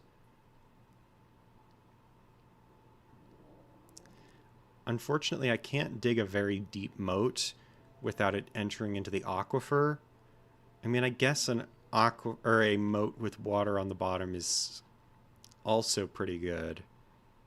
That's kind of the traditional idea of a moat, but in Dwarf Fortress, your dwarves are likely to just end up falling into the water and drowning themselves. That's curious. This tree has not been chopped. Who is neglecting their tree chopping duties?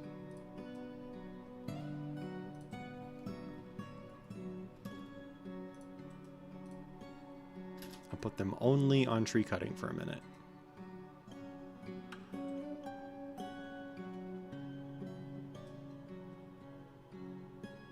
There we go. Oh, we have a sloth bear woman. Yeah, this is the other animal person civilization that we have on our map. Ooh, several sloth bear people.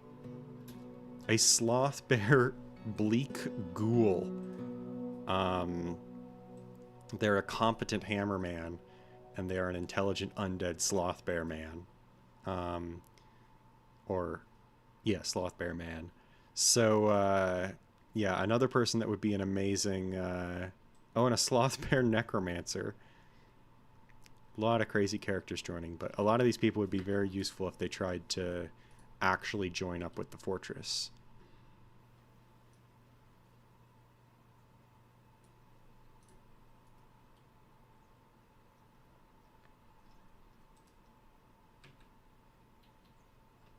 I'm beginning to think it might be a good idea to start checking out the cavern here, because we have some soldiers. But you know, we're totally good on food for the moment. We don't need to worry about that right now. We don't need the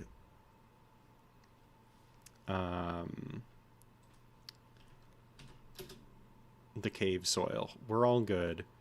Let's focus on trying to get some kind of little moat set up. First, we're going to gather all these plants up here because, like, all of this is going to get, like, excavated. So we might as well get the plants before we do that.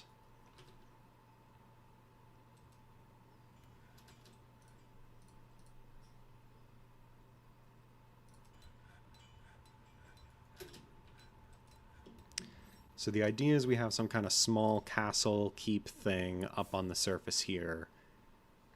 And, you know, we get some bolt throwers set up. We get some fortified positions for Mark's dwarves. And then we can handle practically anything that tries to get us.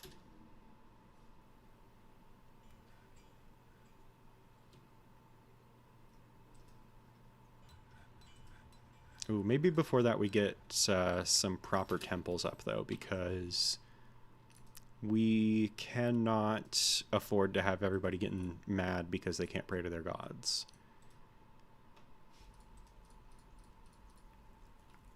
Okay, there's some levers for the lever room.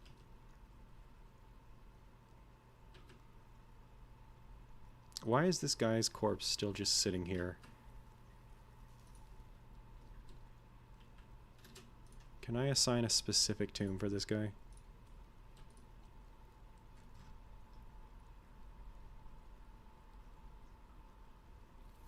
Let's see. It is Iton.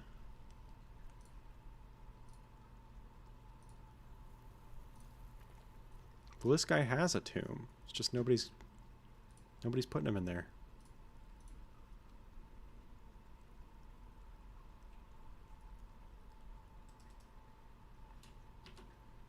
Well, there's only so much you can do. If I could make top priority to put the door on that bedroom, then at least, like, if the body starts rotting, people won't be smelling it because the door will be blocking it.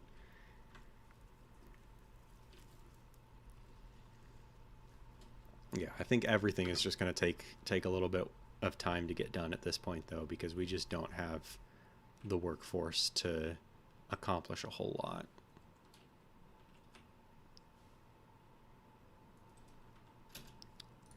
Let's see. Miners, we're going to need your efforts here.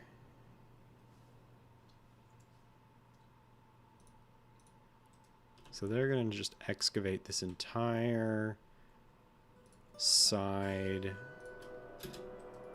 of the mountain here. Not really a mountain, just a pile of sand in the forest.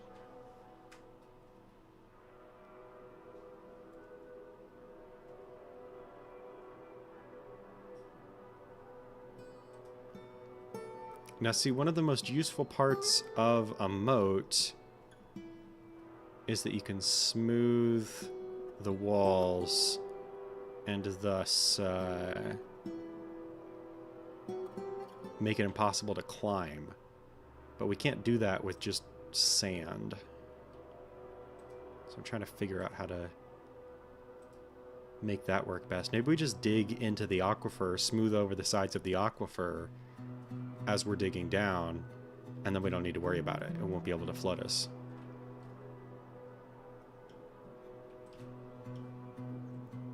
We don't need a huge area here for our keep. We just need enough space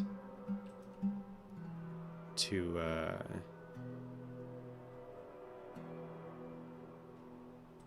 build a little bit of a emplacement for the bolt throwers.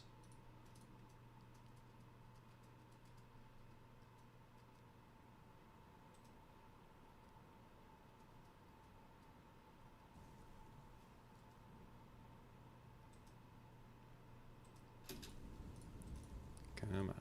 Finish digging that stuff up. So maybe I should move...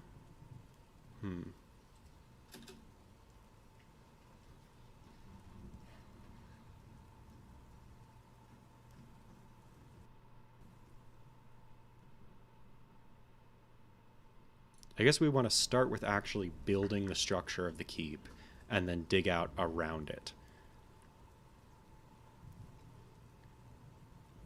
I'm going to want it to be an odd number of blocks wide so as to be able to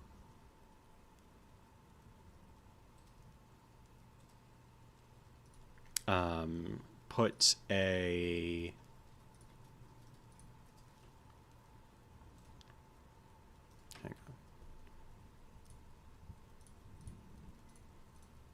I want an odd number of blocks wide so that we can dig a 3 wide tunnel for the caravan wagons to get through eventually. Do I have enough walls to be able to do this efficiently?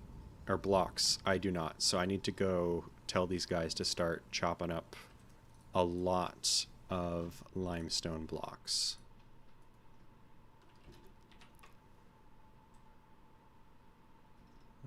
Let's see.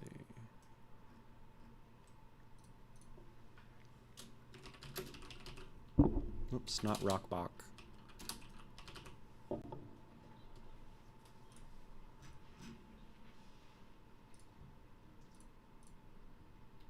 Then make that limestone.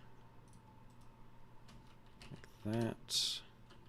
Limestone. I mean, limestone is useful for other stuff, so I might want to see to make sure. Oh, we actually have a lot more shale available, so we're going to use shale instead.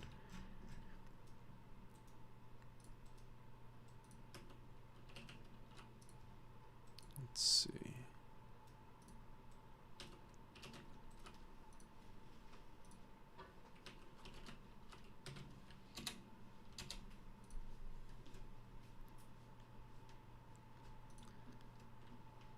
So we're going to put 200 as the amount that we're going to be shooting for here.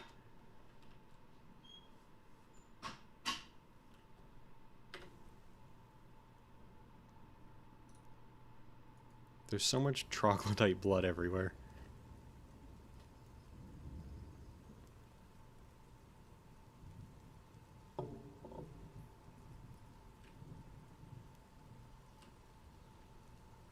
Alright, let's see.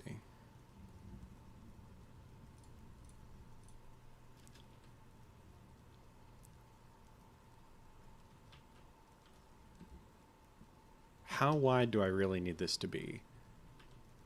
Probably...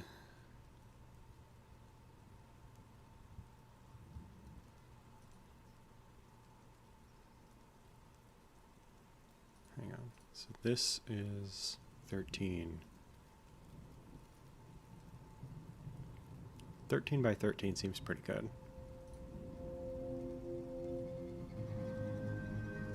But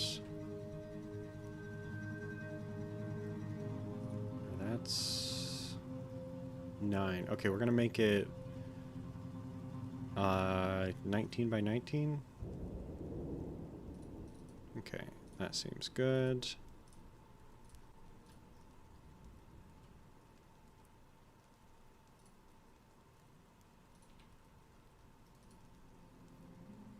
The interior is 17.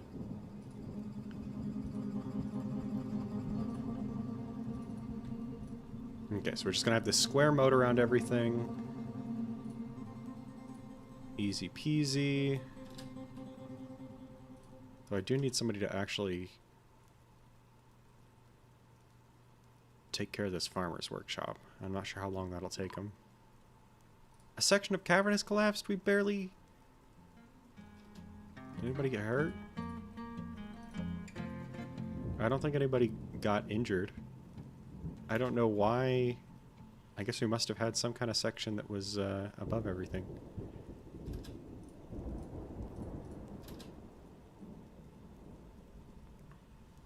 So then I guess we want... Oh, the walls are actually going to take up a lot of space here.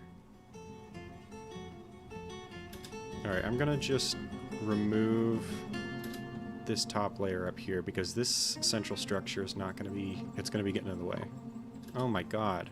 How'd that even happen? Another collapse, but nobody got injured. Could be worse. Alright, that's fine. Get rid of these blocks.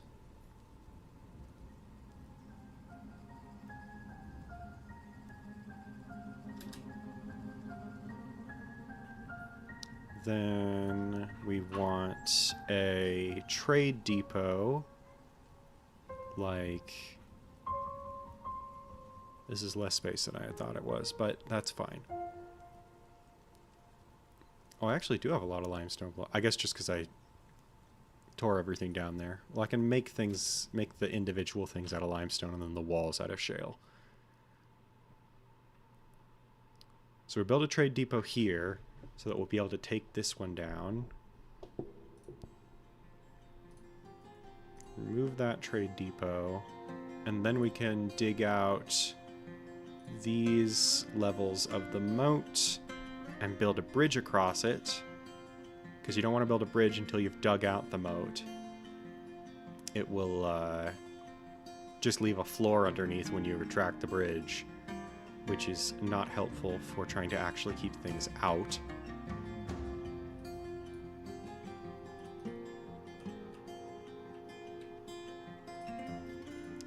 I guess I need to get rid of this farm plot too for now.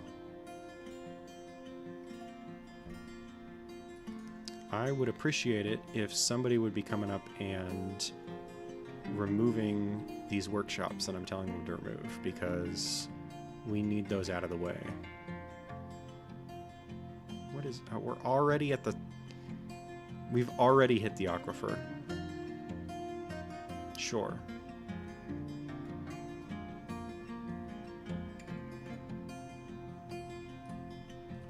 Okay, that's fine. We're just gonna dig away at that chunk of aquifer. A miner is fighting. Who are you fighting? Oh, that's just getting hit by sand from collapsing sections of cavern.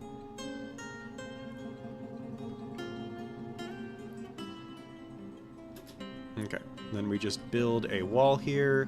Totally blocks off the aquifer. It's just aquifers keep coming back to haunt me after that original fortress that just got totally screwed up. But trust the process. We're figuring this out. I'm not sure I can trust this... trust the dwarves to deconstruct these things, though. Like, some of these stockpile... or some of these workshops have... had orders to deconstruct them for like months, and nobody's done it. Oh my god. Okay, we just dug into the pond here. Okay, this is not actually as big as a problem as I thought it was, because this is all just gonna flood in, and then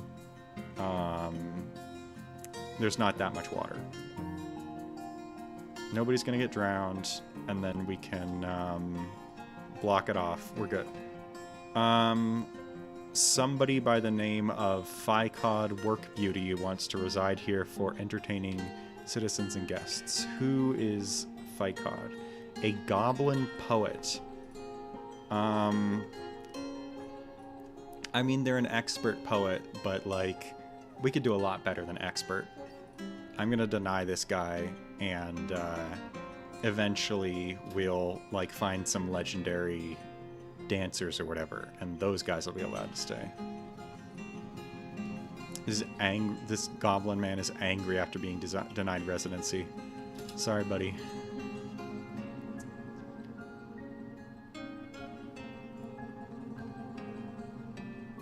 Yeah, like I could just use this water as, or just like fill this up with water, have it be 1Z level, and just have that be our defensive structure. It would be a lot faster, but like, we can do a lot better than that, and we're gonna need to if we're gonna try and stop the goblins, or whoever comes to try to attack us.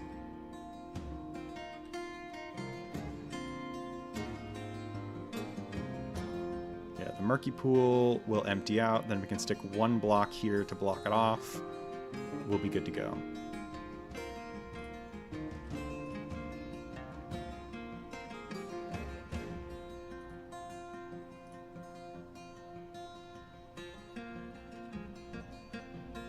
Unfortunately, nobody's deconstructing anything.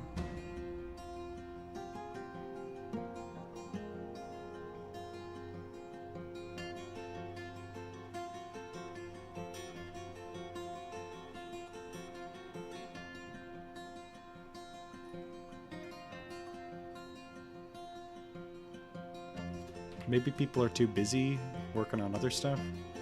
Yeah, we don't have a lot of people.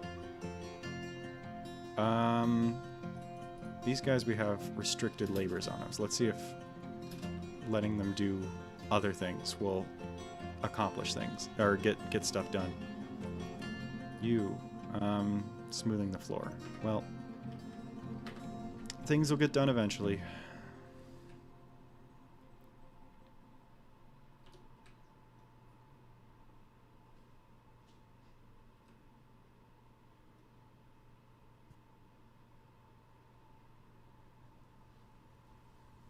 I suppose it would be smart to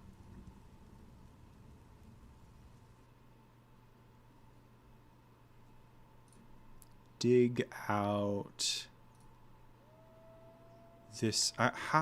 Okay, so I don't know if it's easier to climb a sand wall or to climb a constructed rock wall, because I don't want anybody climbing the walls here. But I don't know if it would be more effective to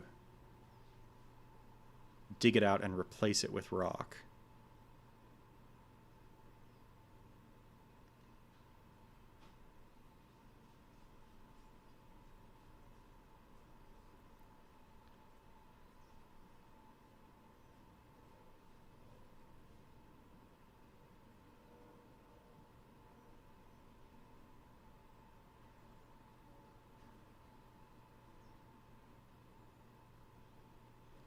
Saving again, start of year 502, which I think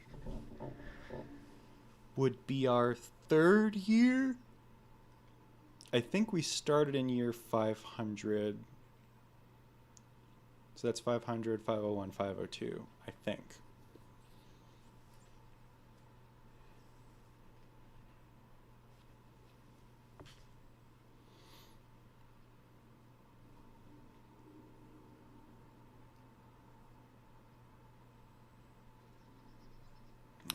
Come on. There we are. Okay. So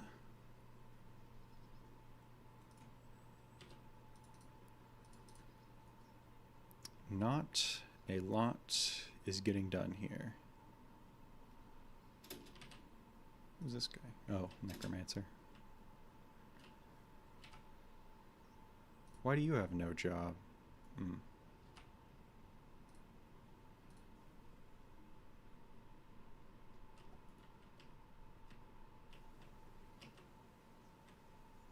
We were having no problem deconstructing workshops earlier on.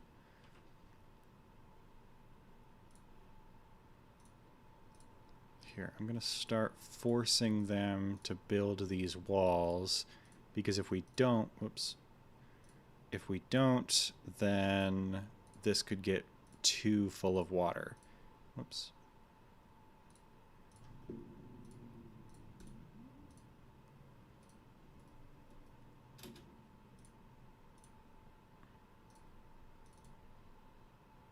Oh, crap. Is this already too full of water? Okay, okay, okay. Don't panic. Miners, you are again only being allowed to mine.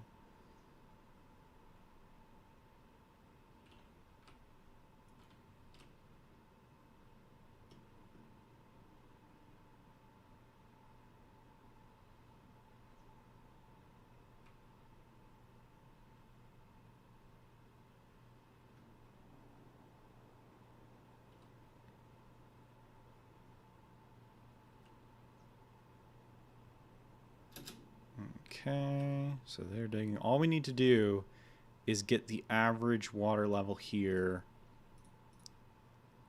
down to 1 instead of 2. And then the dwarves will be able to build blocks to block everything off. Somebody stole our fucking instrument. All right.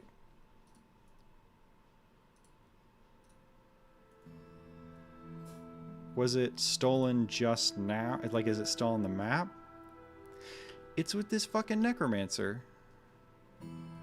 That's what that guy was doing. Son of a bitch. Well, I saw the miner who was giving it away. It's not like there's anything I can do about it, though. Like, I saw him going up to the side of the map. I wasn't paying attention. I guess we don't really need that instrument. I don't think we can really use it. But, I wonder if I can take the stream back and then see. Let's see.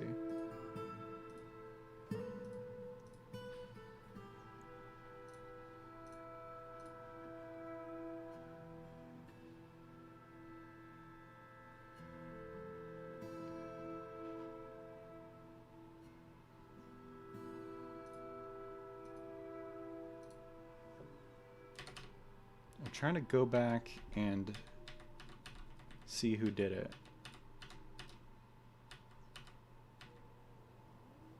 I guess if it was seen being stolen, I can just assign a... I don't really want to actually stop this guy. Or so what I could do is, you know, use the Dwarven justice system and punish whoever took it. But that doesn't really accomplish anything for me, because I don't really care if the guy gets punished. What I care about is, like, keeping my stuff, and punishing that guy won't undo what he already did. And I can't afford to lose a miner right now, so I think I'm just going to eat my losses. But once we eventually do set up a justice system, then that guy will get what's coming to him.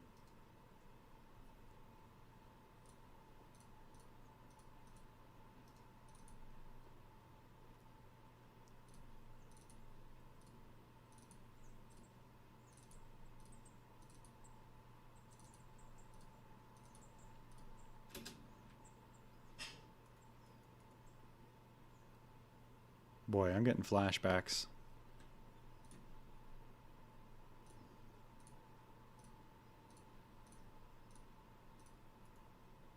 Okay, okay.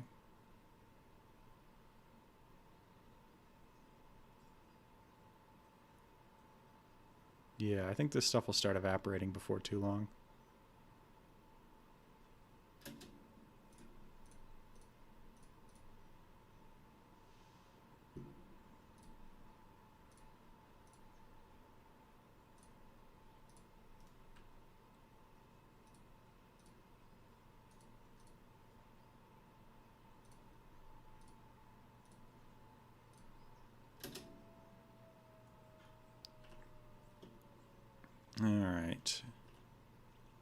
Well, as it stands right now, we have kind of this lip over the edge of the fortress, and I actually wonder if that might be useful. Like, I don't know if anyone could climb over that. That might actually be a more effective tool for stopping climbers than anything else.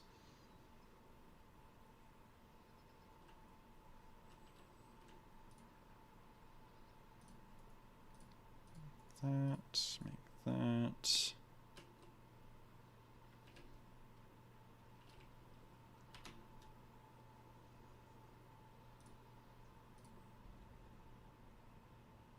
Why aren't you doing anything? Meng. Meng doesn't have any, oh, what is this? All of our, we've been preparing a bunch of food, but then it's all rotting away because nobody's hauling it. I guess I need a dedicated hauler.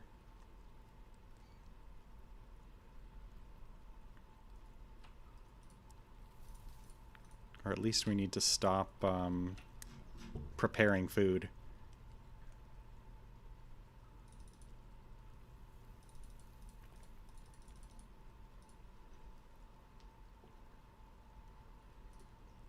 Can I just tell it to never? No.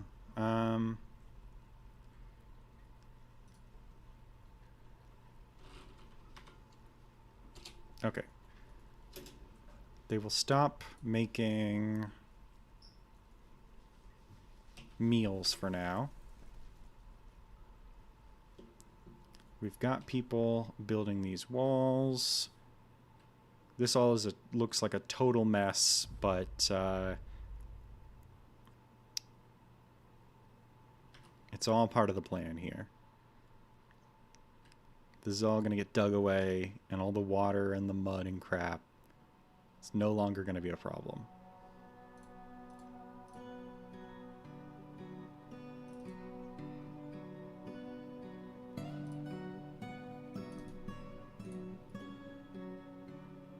Oh, but now there's no... Okay, there's like one path into the... out of the moat here, so they can still get in and out.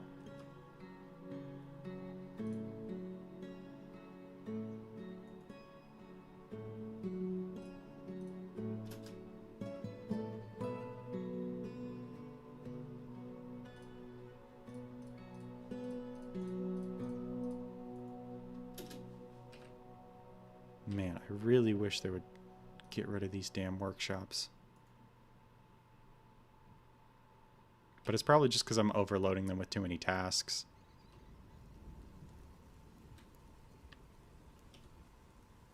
Oh, okay, we built the new trade depot at least.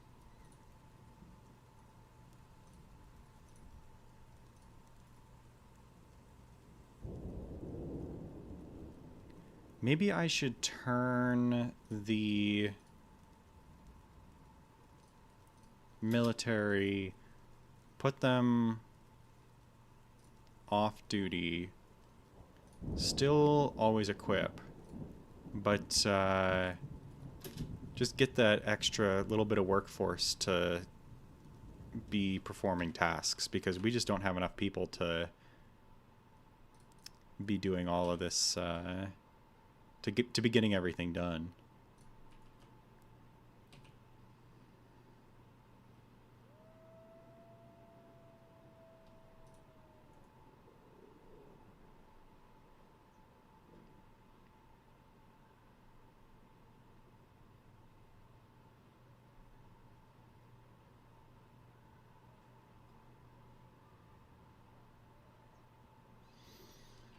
What is everybody up to? All right, I gotta get rid of these smooth floor tasks because they're not accomplishing a lot and taking a lot of work. Hopefully that will free up some bodies to take care of more important stuff. And we get all of these bedrooms. Perfect. Not that we have any use for them at the moment, And hopefully... Yep, that was it. Now they're starting to deconstruct stuff. We just had them overloaded with too many tasks.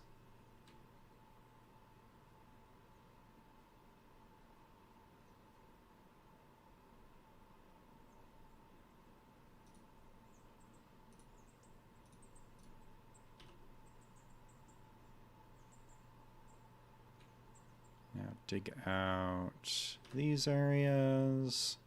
That's that. And then we can build our bridge and start in on the walls here. Somebody's stranded. How are you stranded? Oh, there's no way in?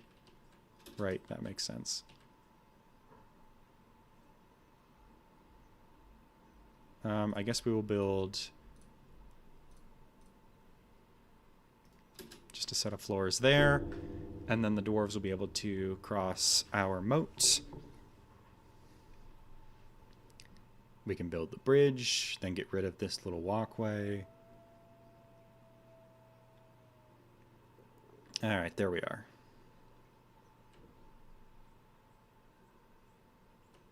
God, that's disgusting looking. Just like dirt and filth everywhere.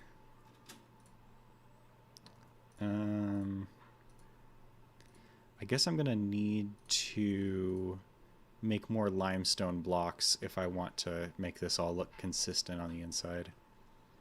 So let me put in blocks.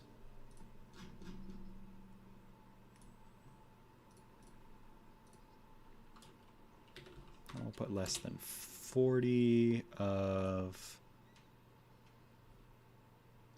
aardvark blood blocks. That'd be crazy if you could make blocks out of brains. Where are we at? Limestone.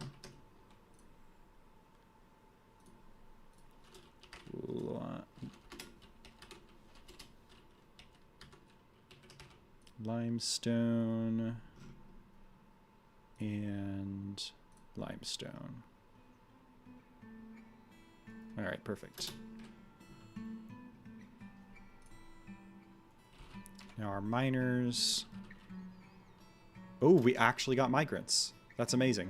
Okay.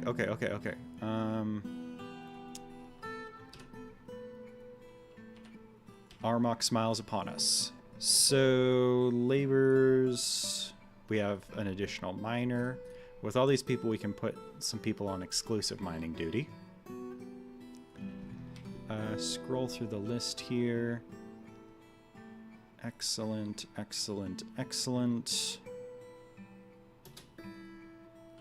I guess we can get our military really decked out here. Up to 30. Is there any more? 31, 32. Wow. Lucky us. Okay, 33. Wow.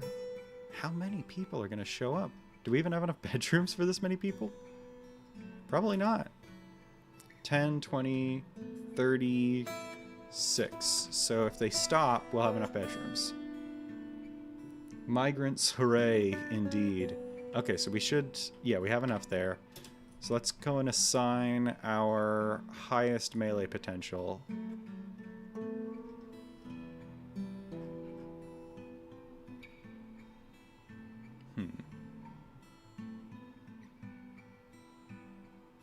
Yeah, we're just gonna go for whoever's best on the list there.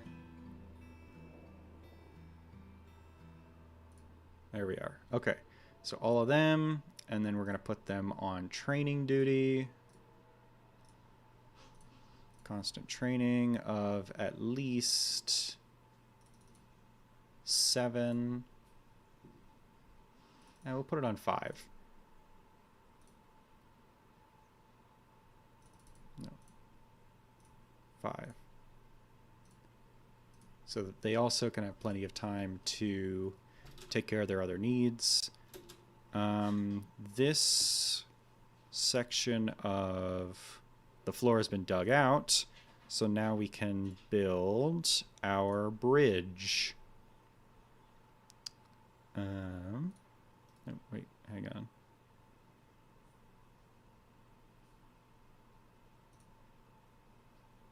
Yeah, like that. Hang on, let me measure this. It's kind of hard to see, like this creates a weird optical illusion with the moat underneath there. So we got 17 across, which is, I think it's just halfway across is, I'm just going to build the actual walls to make it more obvious what I'm looking at.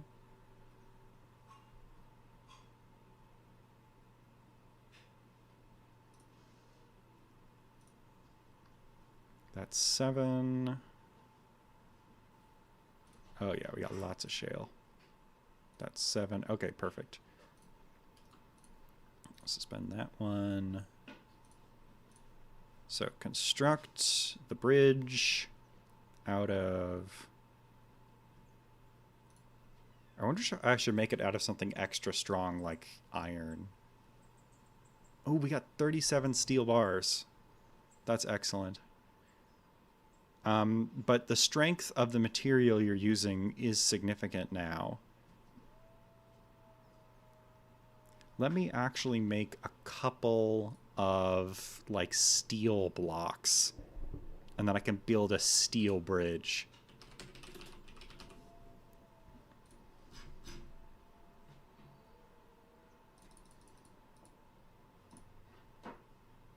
You know what? I'm not going to actually make that into a work order because I only need to do it once. And I don't want to make extra because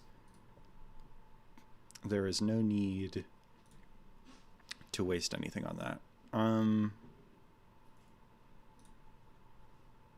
New task. Other objects?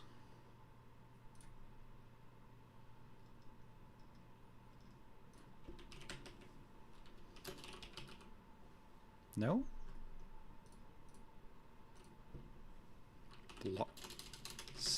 No? I'm confused.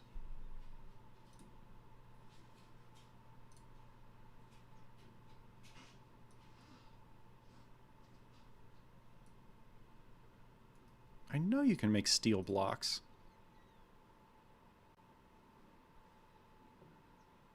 Any necromance, like necromancer migrants? I do not believe so.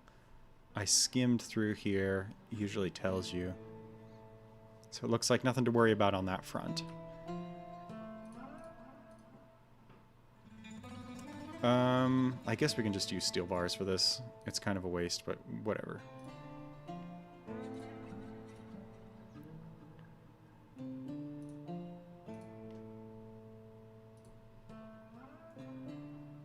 Now I'm wondering... So reinforced walls. So in order to build that...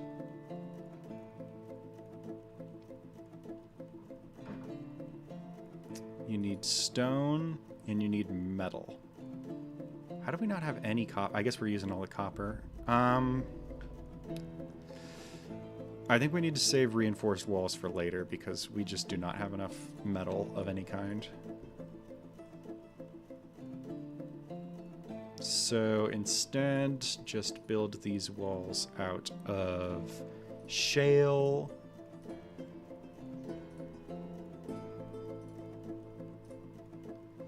That'll do swimmingly.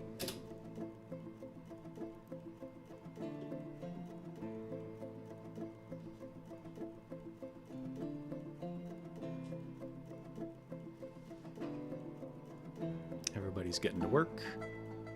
Ooh. I need to change the training area here so that our dwarves aren't trying to train over the moat. Oops, what am I doing? There.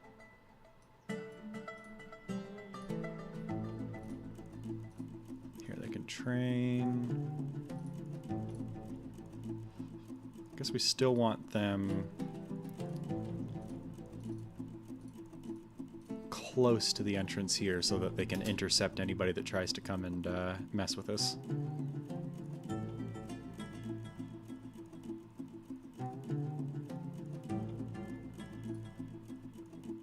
Giant rats downstairs, not our problem at the moment. Petitions. They want a temple and priest for the willful doctrines. Alright, let's do it. So what do we got?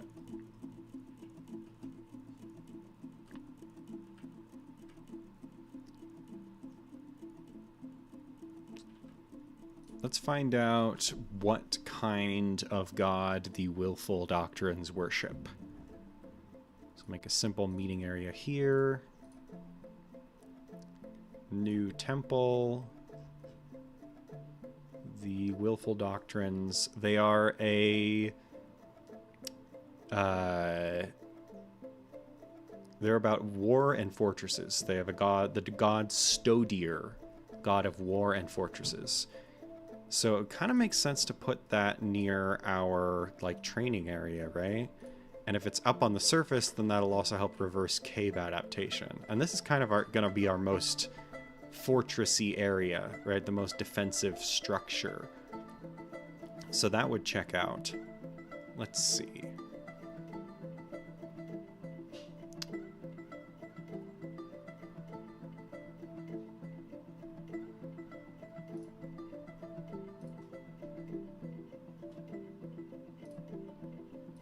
Need to make room here.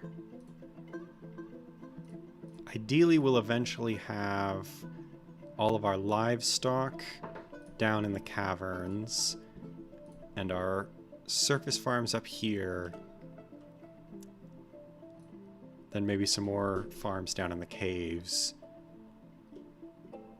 Then we'll need space for a trade depot, a training area, and a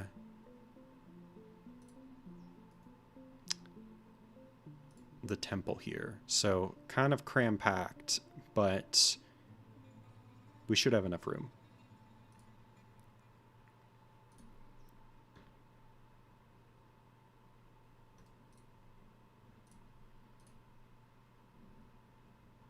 So this new temple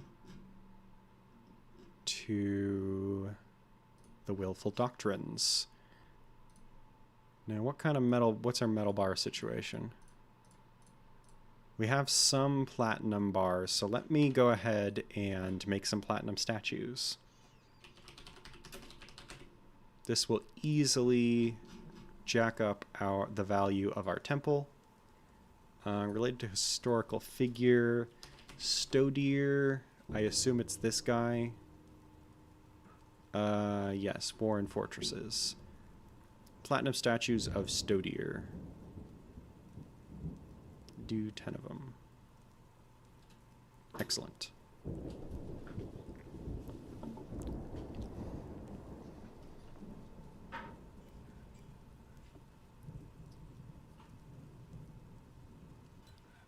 What next? I guess I just gotta wait for these walls to go up. No sense in trying to split our efforts too much.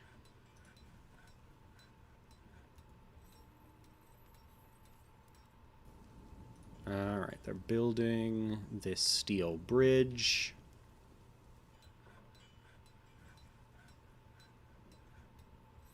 Oh, god damn it.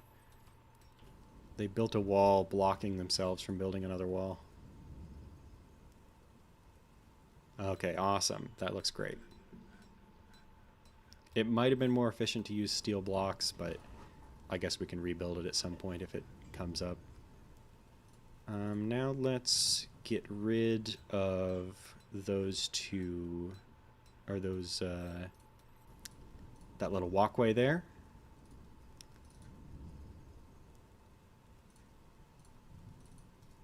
Build this wall. Well, I wasn't looking. All the corners got built in exactly that same way.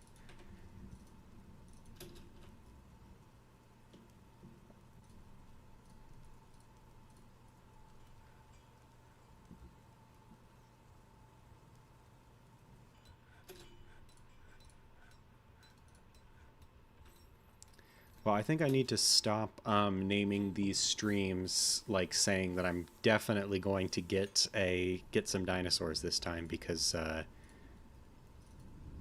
seems like there's no way to guarantee that.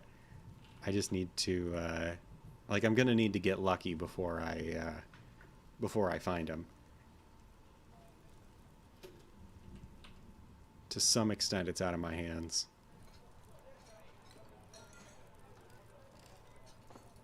Okay, we got a couple of people praying to Stow Deer. I guess I need a lever attached to that steel bridge there. Is limestone and or shale magma safe? I don't expect any magma up there, but why take the chance? Limestone is not magma safe. I doubt shale's any different.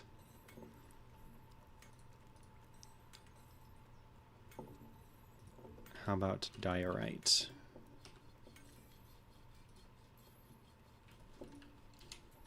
Oops. Okay, diorite's not magma safe either.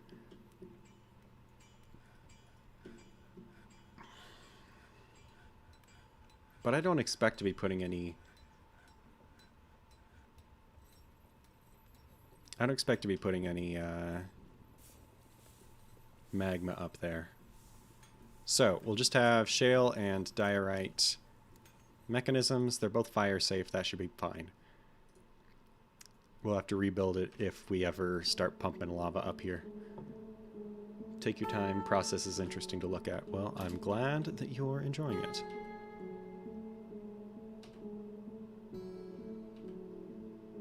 I think the murky pool is slowly filling back up from...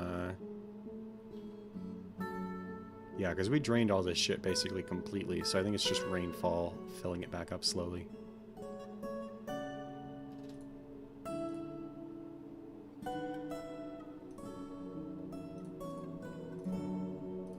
Let me pasture any animals here.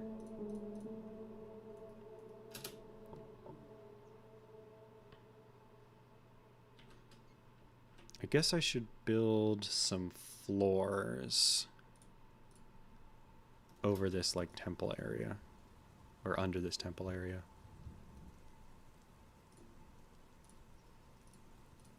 It's like thereabouts. Whoops, no. I do not want to just grab whatever. What if I did like a ring of shale and then like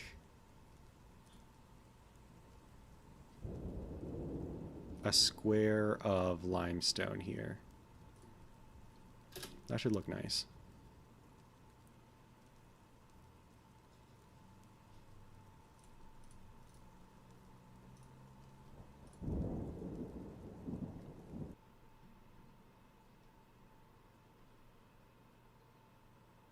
There they go, building it out.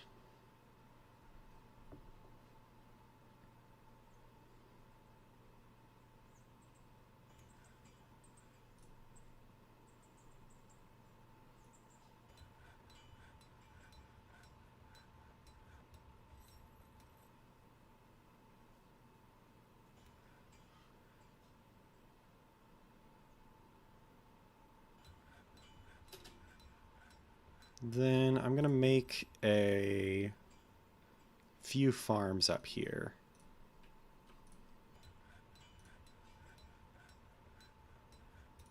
One there, there. Oops. No. Need to put a floor down and then rip it back up just to crush these plants. Get them out of the way.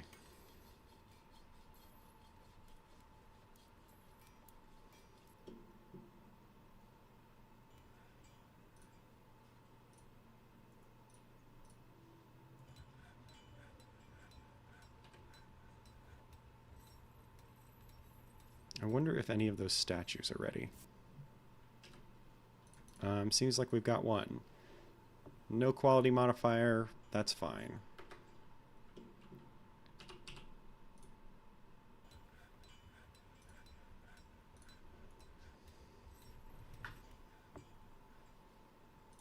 Okay, rip up those floorboards.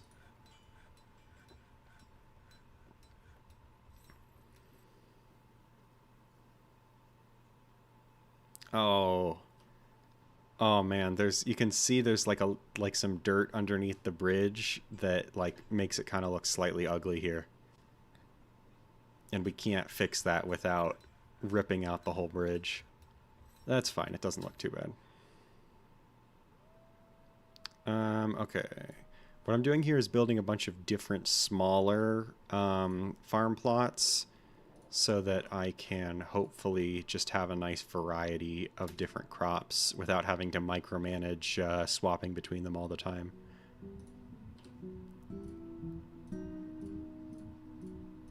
This one's barley. There's chicory.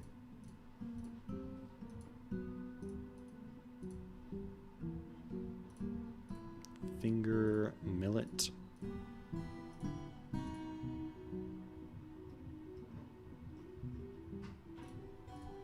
Kaniwa. Oops. Prickleberries. Yeah, everybody's going up here and farming.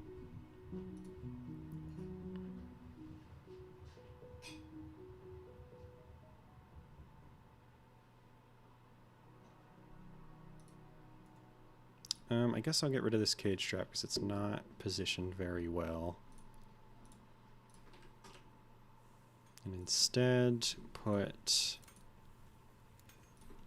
some cage traps in spots where creatures would have to go, or at least are likely to try to go in order to get in.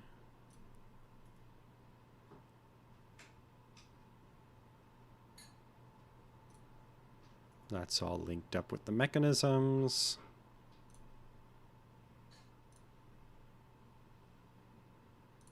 Traps, cage traps.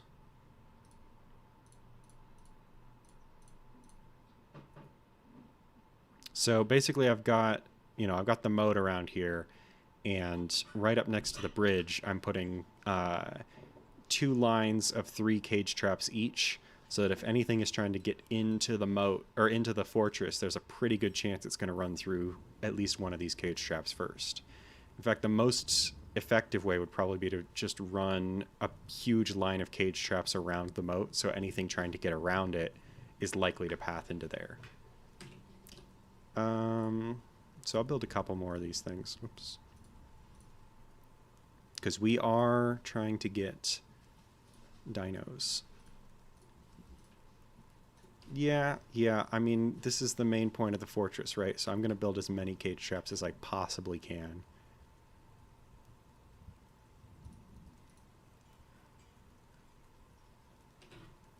Look at them running up there. Placing it all down. Then... we got any more statues? Seems so.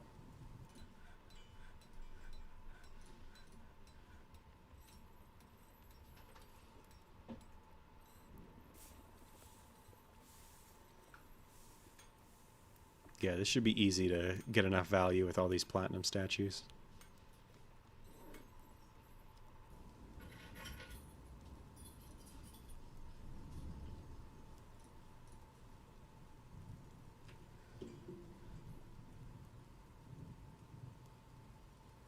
Though I guess we're going to run out of wood if we keep making all of these cages.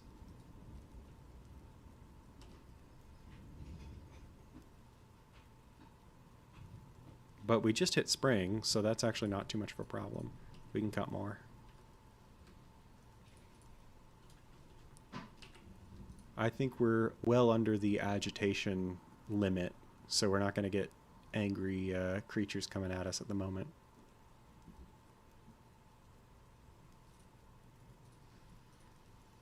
I could make metal cages, but that's a dangerous game. Or that's just expensive, I guess. And heavy. Okay, now recognize the priesthood. Sacred Control is the name of the priest, or is the type of priest. I'm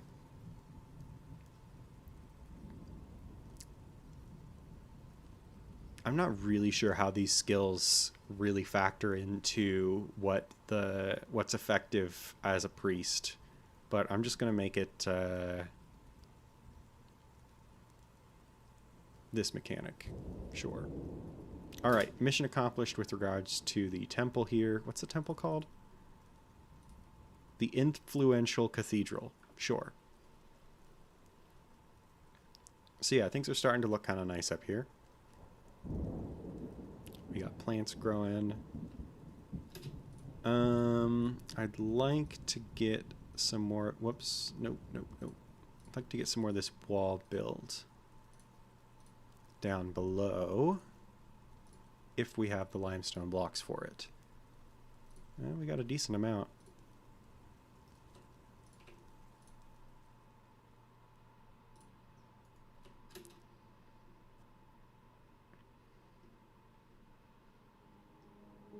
I'm gonna build I need to build some kind of a staircase into the moat so that we can keep digging it deeper.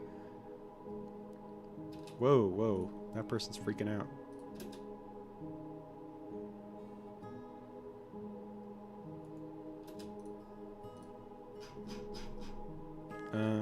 I assume it's just some giant... Whoa, we have wild troll? Oh, in the caves. Why is that person so stressed out? There is a human bard necromancer, but they're not causing any trouble. I don't know what that was about. But yes, we need an access tunnel into the moat in order to dig it deeper.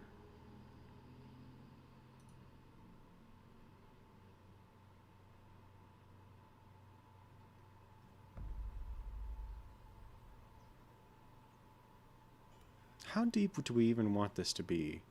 Because we can't...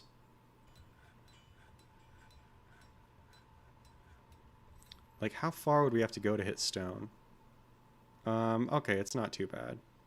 I'll have to smooth it all, which will be a pain. Alright, who's fighting? A coyote. Everybody got mad when they saw a adorable little mammalian creature and just punched it in the head until its head exploded. It looks like there's like some kind of like lemur or something. They can steal our food, so I guess it wasn't completely unprovoked, but pretty close to it. It is nice seeing everybody just running around getting everything done. Much better than the before times when we only had 16 to 15 people. Petitions. The Arenas of Glazing.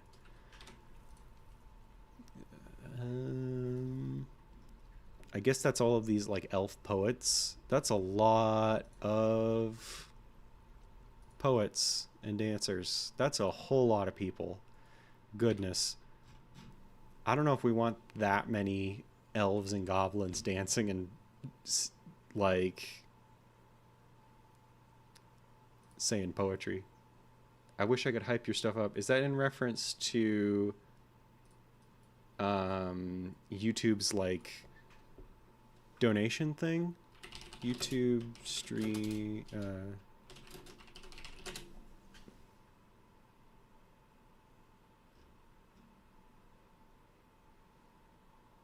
brain blocks would be an interesting addition to the Necromancer Tower. I was thinking like if you can make stuff out, like walls out of meat, that would be crazy. YouTube hype. Promotion and discovery feature. Give the video points.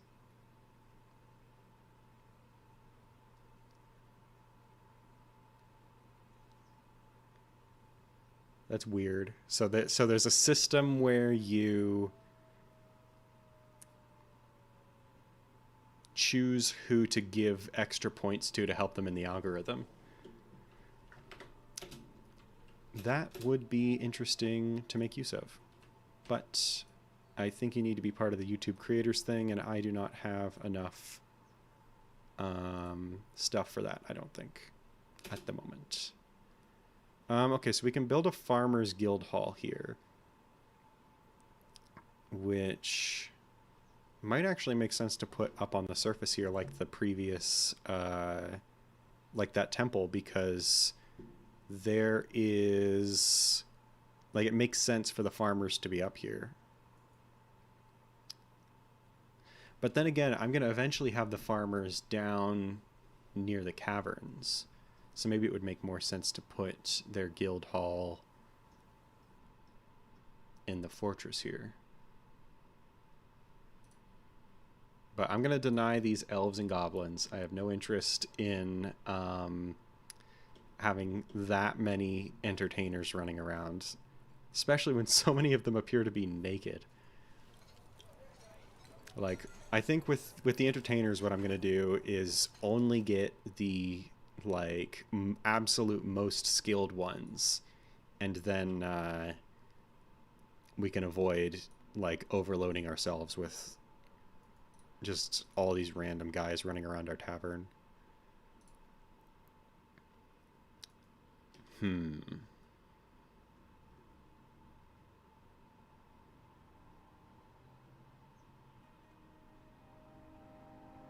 Well, we could just start building guild halls.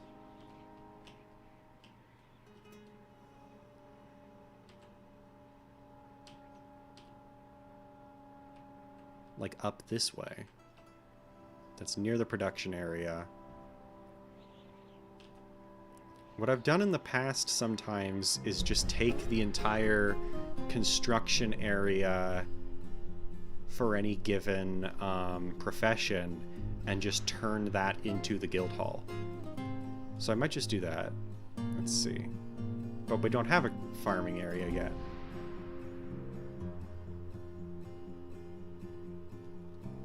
Well, I don't really want to build it into...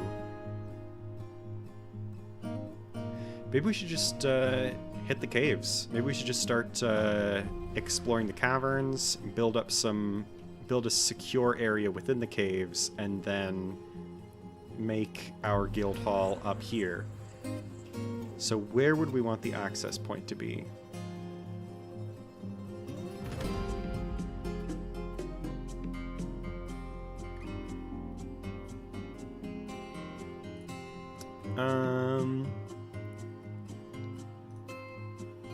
Maybe I put it here.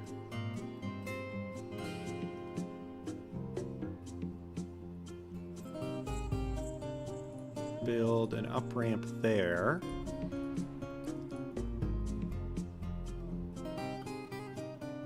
This whole little area could be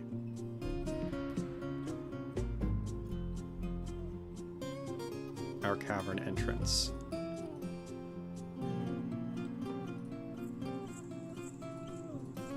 Because I already smoothed a lot of this. I smoothed like all of this. Okay, so yeah, this is going to be our little cavern access area.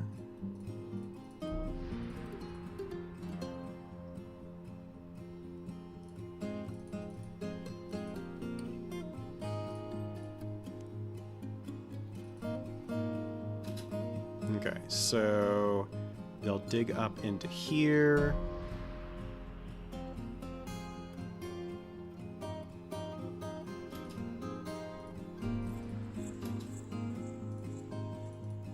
Gotta be careful to smooth as much as possible to keep the water out.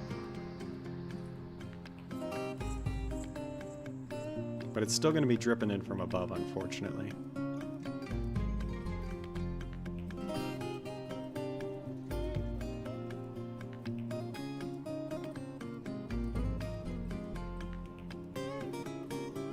I wonder if it would make sense to put our military down here so as to have them blocking any cavern attacks.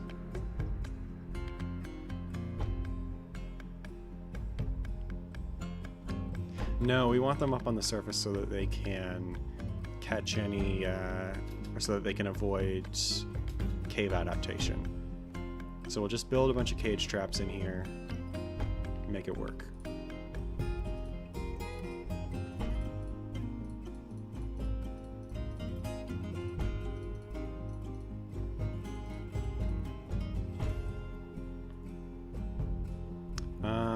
Okay, so for...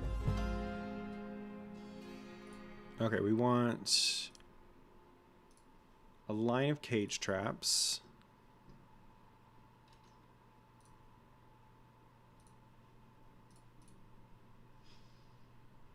In fact, the more cage traps, the better. So we'll construct a little bit here.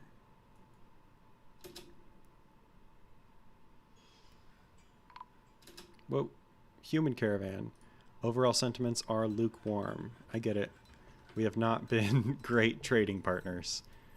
But this time, it's going to be different. This year is our year.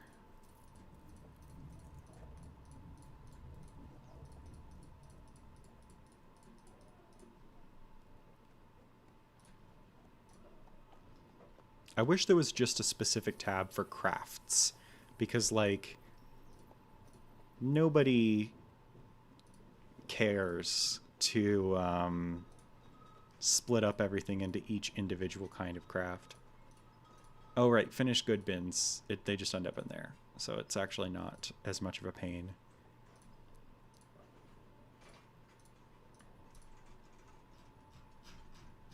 We actually are starting to get like a good amount of steel. A lot more than I expected to have at this point.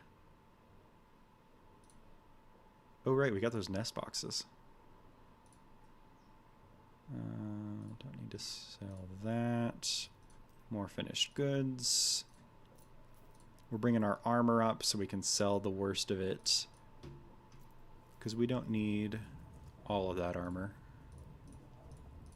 Anything that doesn't have any quality modifiers is, like, not that worthwhile. Bring up the slabs as well. We don't need all those. Ooh, I probably actually... I guess I don't have any more statues.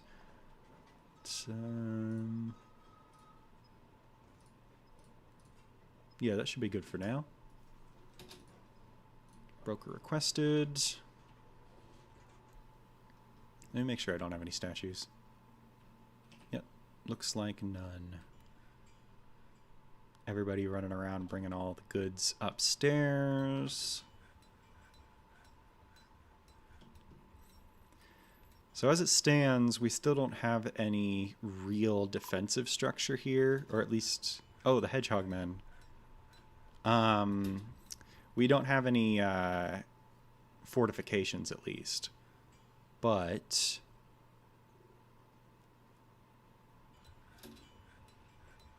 we're a decent amount of the way there.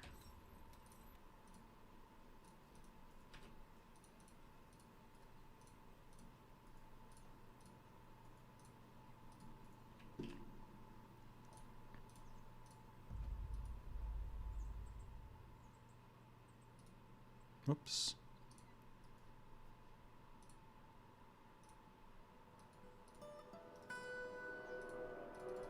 Do not want to make these out of logs because the rest has been made out of limestone blocks and I want it to look good.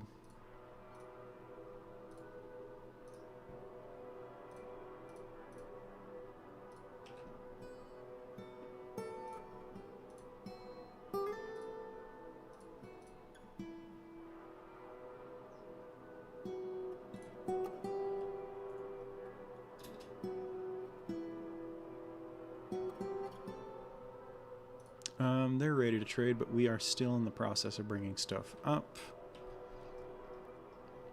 How are things looking down here? Looking kind of wet, to be honest.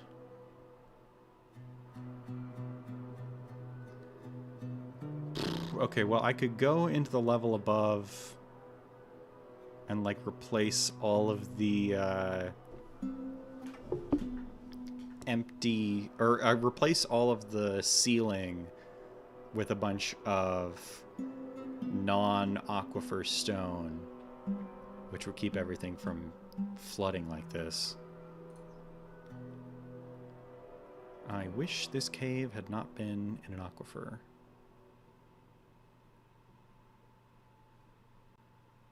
Alright, let's... It's not going to be a problem. It's just going to wet the floor, and then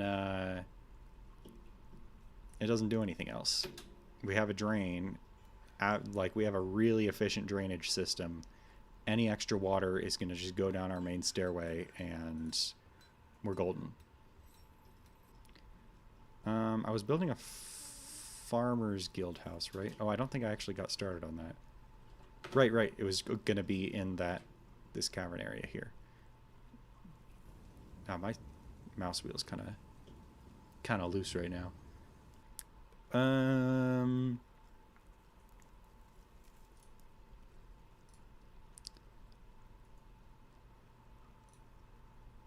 So let's have them smooth things here.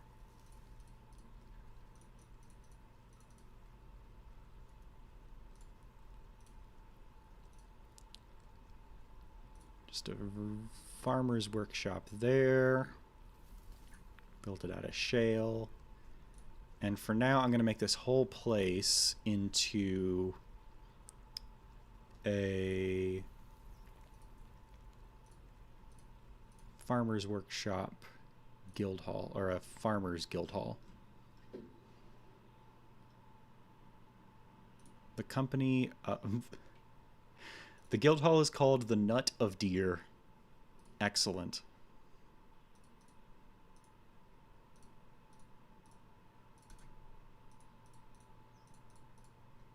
All right. The Company of Waves is the name of the guild. That doesn't make a lot of sense to me because farmers are not involved with waves very much, unless you're a fish farmer. But either way, we'll get that smoothed up and start making statues of some sort. What kind of bars do we have at the moment?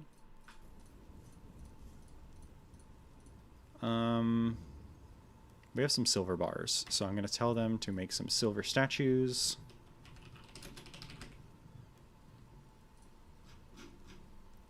And they can just be whatever. All right. Awaiting 6 items at the depot.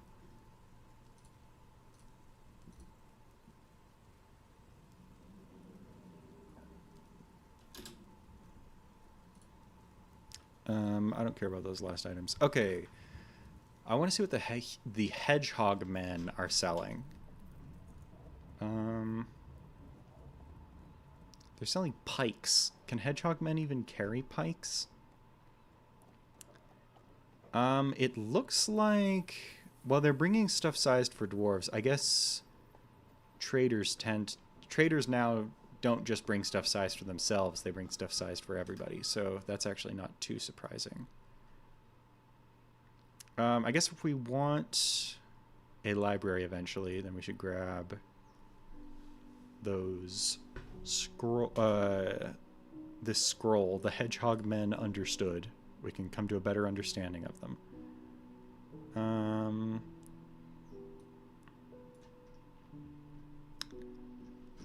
What do we need most at the moment? I guess just textiles, because we're going to probably want to start making dwarven clothes before too long.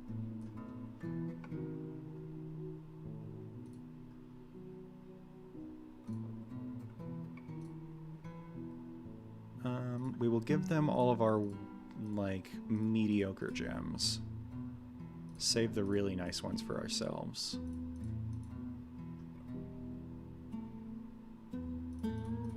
Same with our armor and such.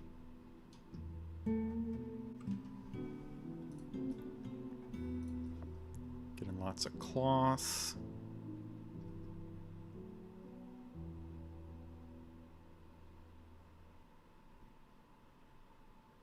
Well, they got a bunch of different kinds of fish. Delicious.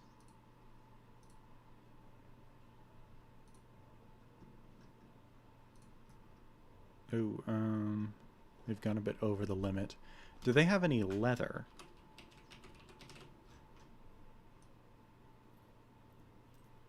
They do. And we already got some of it.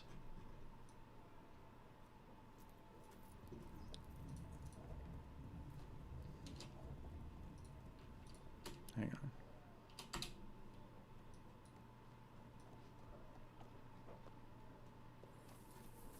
on. Okay. Selling them a bunch of copper crafts. They have rice beer and llama milk. I'll get a couple of ropes so I don't have to make them myself. Logs for sure. We want as many logs as we can because that wood is not... we don't want to be cutting wood here.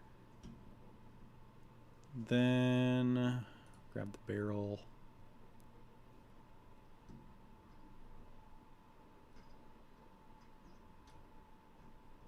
And we'll get some meat.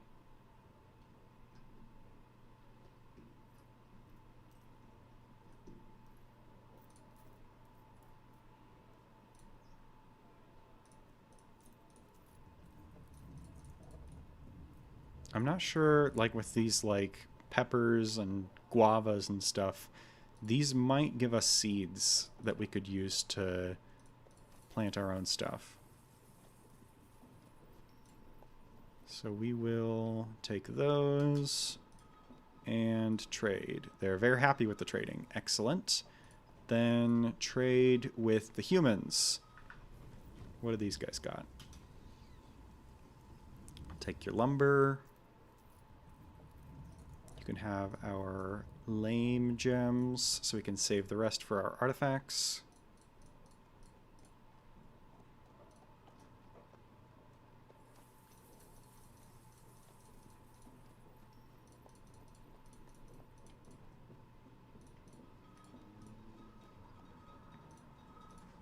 It is a shame we got that artifact stolen, but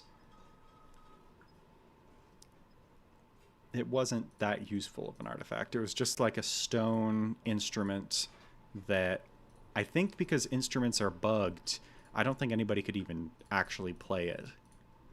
I think only standing instruments can be actually played by the dwarves. They're selling a red-winged blackbird, which is kind of cool, but I don't think need that. Some alcohol.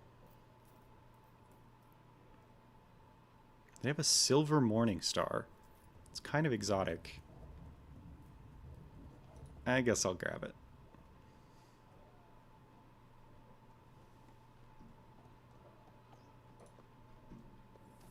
Get some cloth.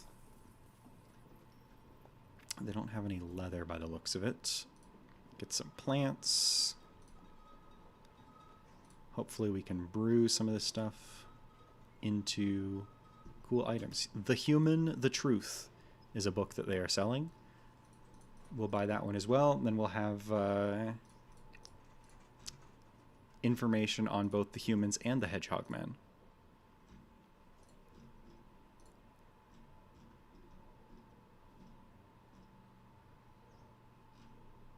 Do they even have more that we want?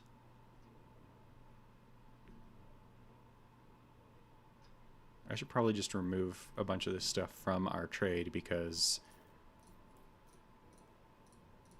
I don't think they actually are selling a lot that we're that interested in.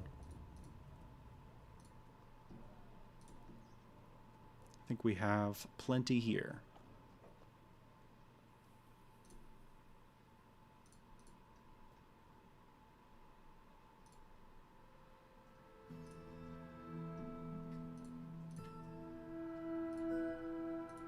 There we are. Pleased with the trading. Excellent.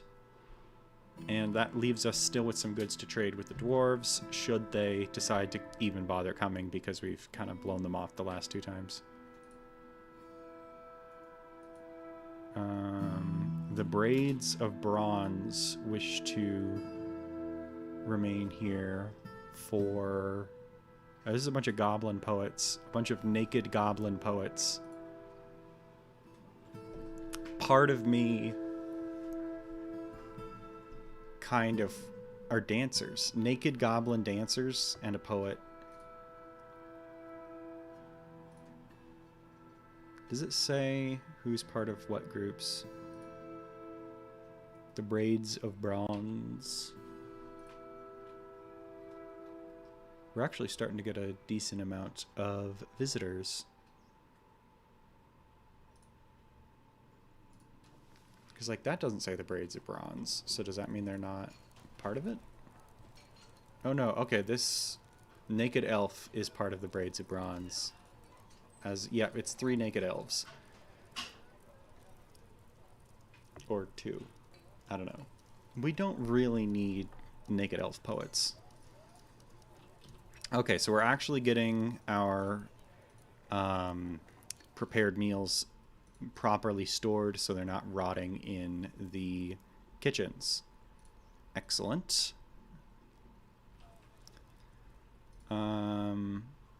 Braids of Bronze may not remain. But the Farmers Guild, we need that done. Wow, this was all that massive drain here. Is this considered like good quality soil? Because it says cavern floor.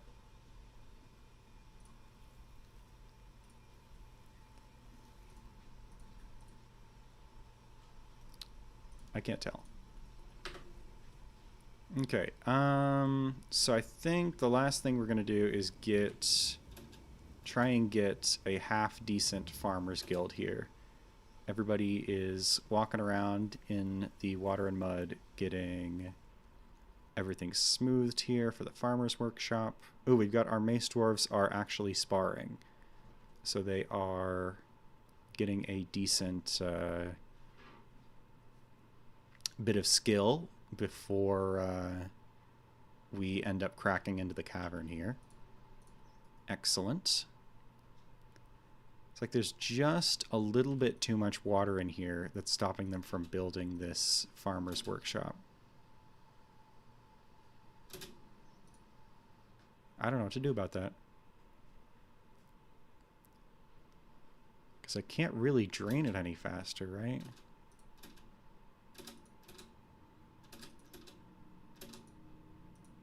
I think it's like... yeah, they can't build it when there are 2 tiles of water.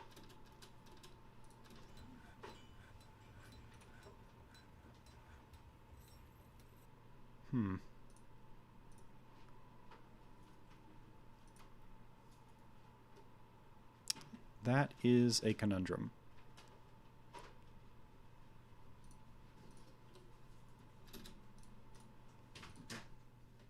So right now it's just a meeting place.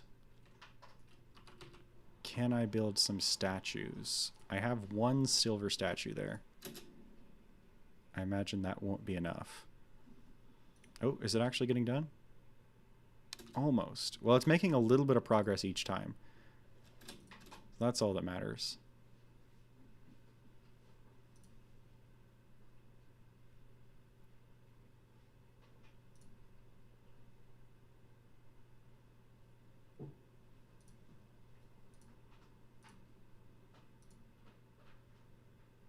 I just got to keep clicking this every single time it says it's suspended.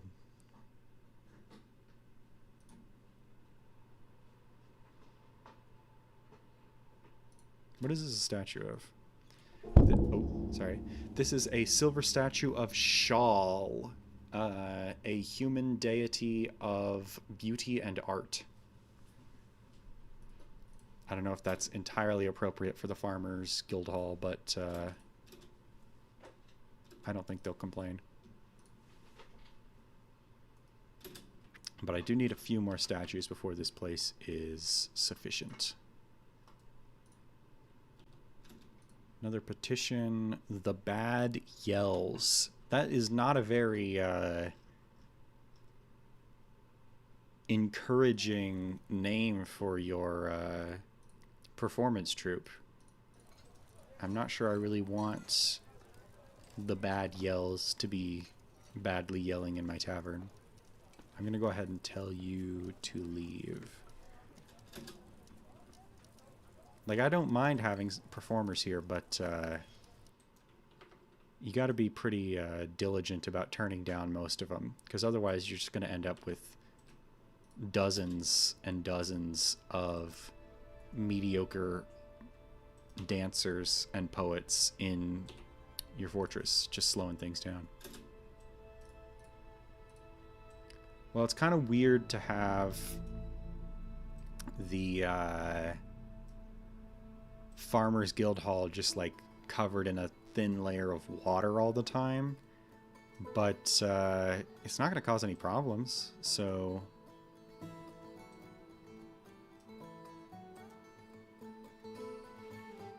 should be fine. Okay, that's 2 statues. Probably need like 3 more. I could put... Here, let me put some engravings on the walls.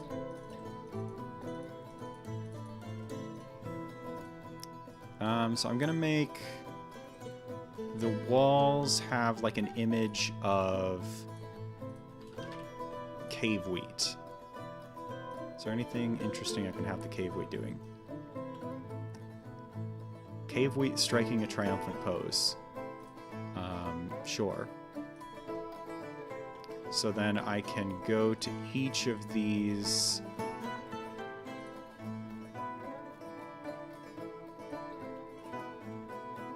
and specify that the walls have engravings of cave wheat on them. And then I don't think you can even see it in game, but at least we can know in our hearts that there is like some cool themed farming engravings in the Farmers Guild. Existing image. Yo, haven't seen you in a long time. I remember your awesome videos. Well, thank you so much. I am glad to be back here in some capacity, even if not quite making anything as elaborate as those. Okay, now hopefully these engravings will boost the value enough that will be considered a decent guild hall here.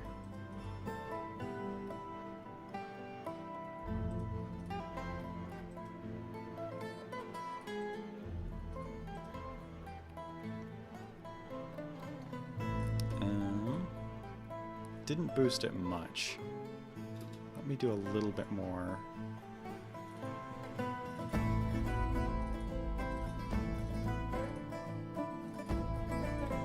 Getting the corners in.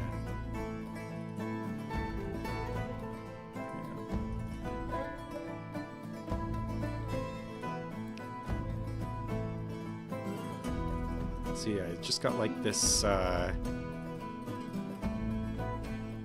just the dwarves coming in here to like learn about farming are gonna have like, they're gonna be like surrounded by these long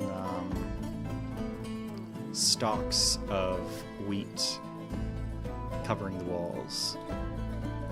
I'm sure it'll be a really cool effect for them.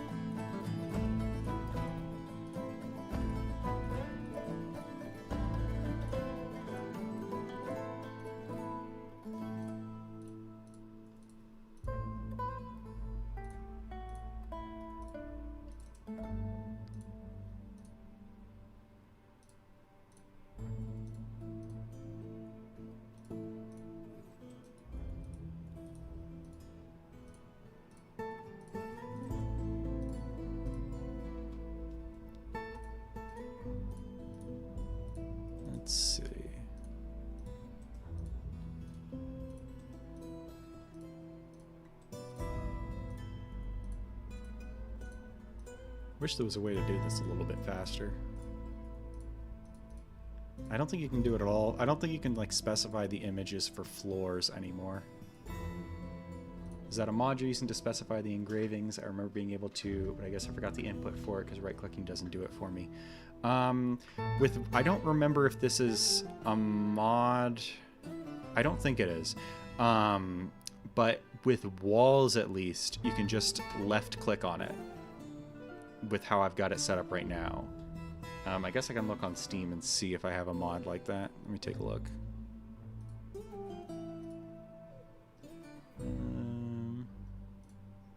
Oops. Subscribed items.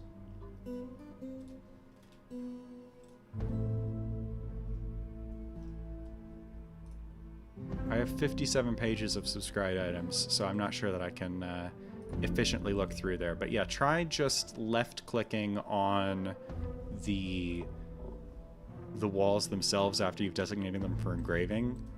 And I don't think it works on floors.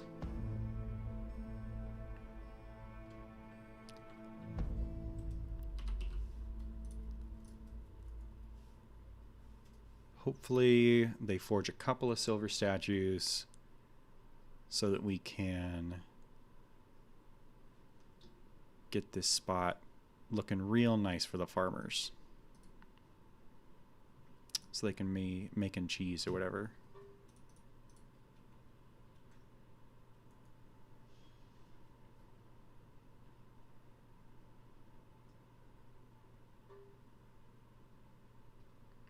I wouldn't ask you to scroll through all your mods anyhow. I mean, if I went... I'm going to be finishing up here pretty soon, and right before I leave, I can, like, go into the world generation menu and see if I do have a mod for that. Because I thought there was some kind of engraving mod, but it might have just been to make the engravings visible in the sprite work. Like, because if you look closely, you can see that they're... the sprites are a little bit different. Making that llama cheese delicious.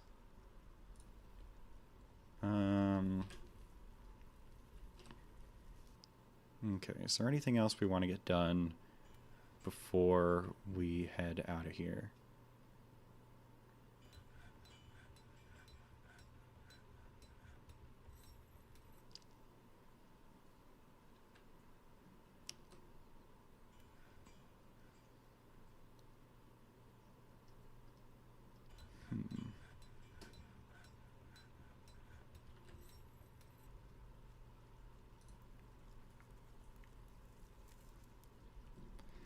You know what? I think that the fortress is in a pretty good spot right now. So we have finally done some proper trading.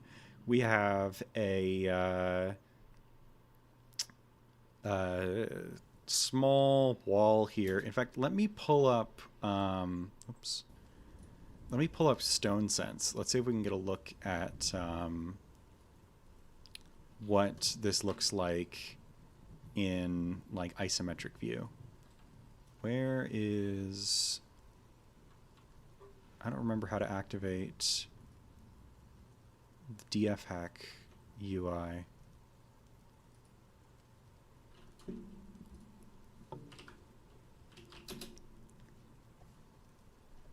DF hack keyboard shortcut. Tilde. Okay. So just put Stone Sense. There was a time when Stone Sense would just crash the game every single time. I am glad we are past those days. So let me see if I can get that visible on...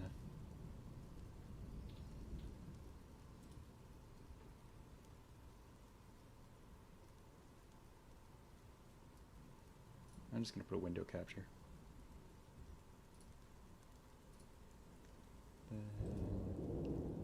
Stone Sense. Right, so here we have our fortress in isometric view.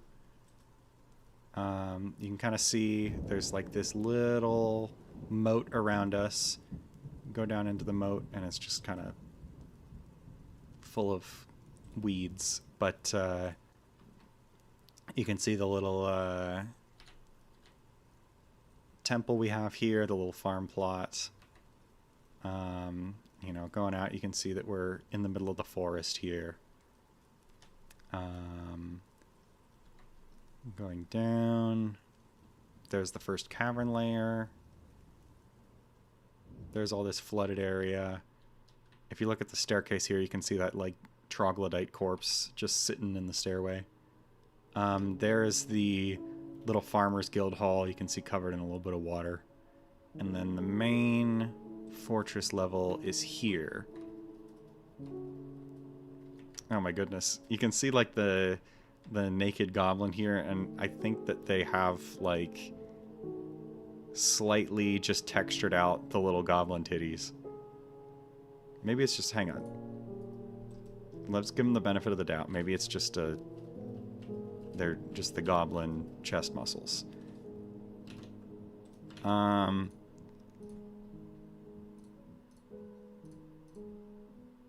that's a lady goblin. They definitely put little goblin titties on the Stone Sense sprites. Nice.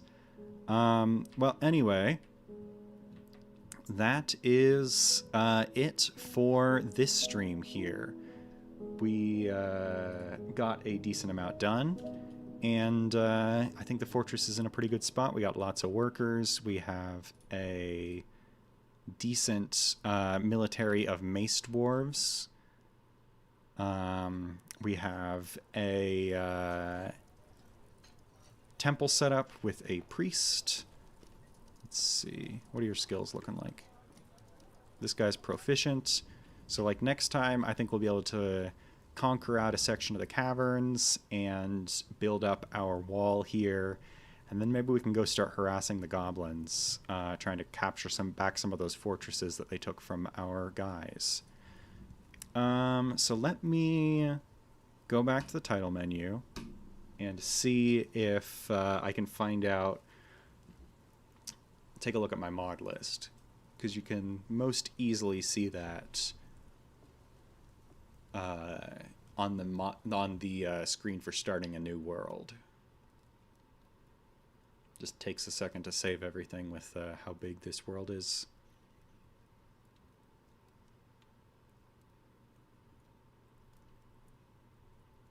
But yeah, I gotta stop putting the stuff about dinosaurs in the title here, because, like,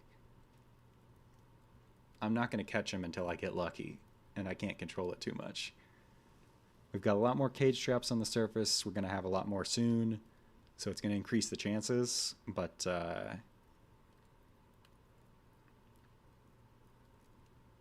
we just gotta pray to the dwarven gods if we want to catch some of those guys. I really liked the look of that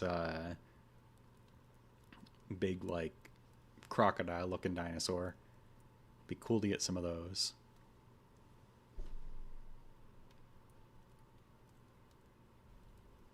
Okay, so if we go to create new world, go to mods, what do we have? Some graphics mods. I don't know if this Wanderer Adventure Mode crafting mod actually works. I think I've tried it, but I wasn't able to figure out how to make it happen. Jewelry. More valuable procedural creatures.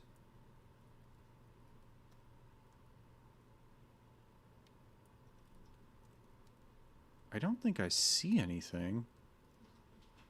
But I thought I had at least one mod about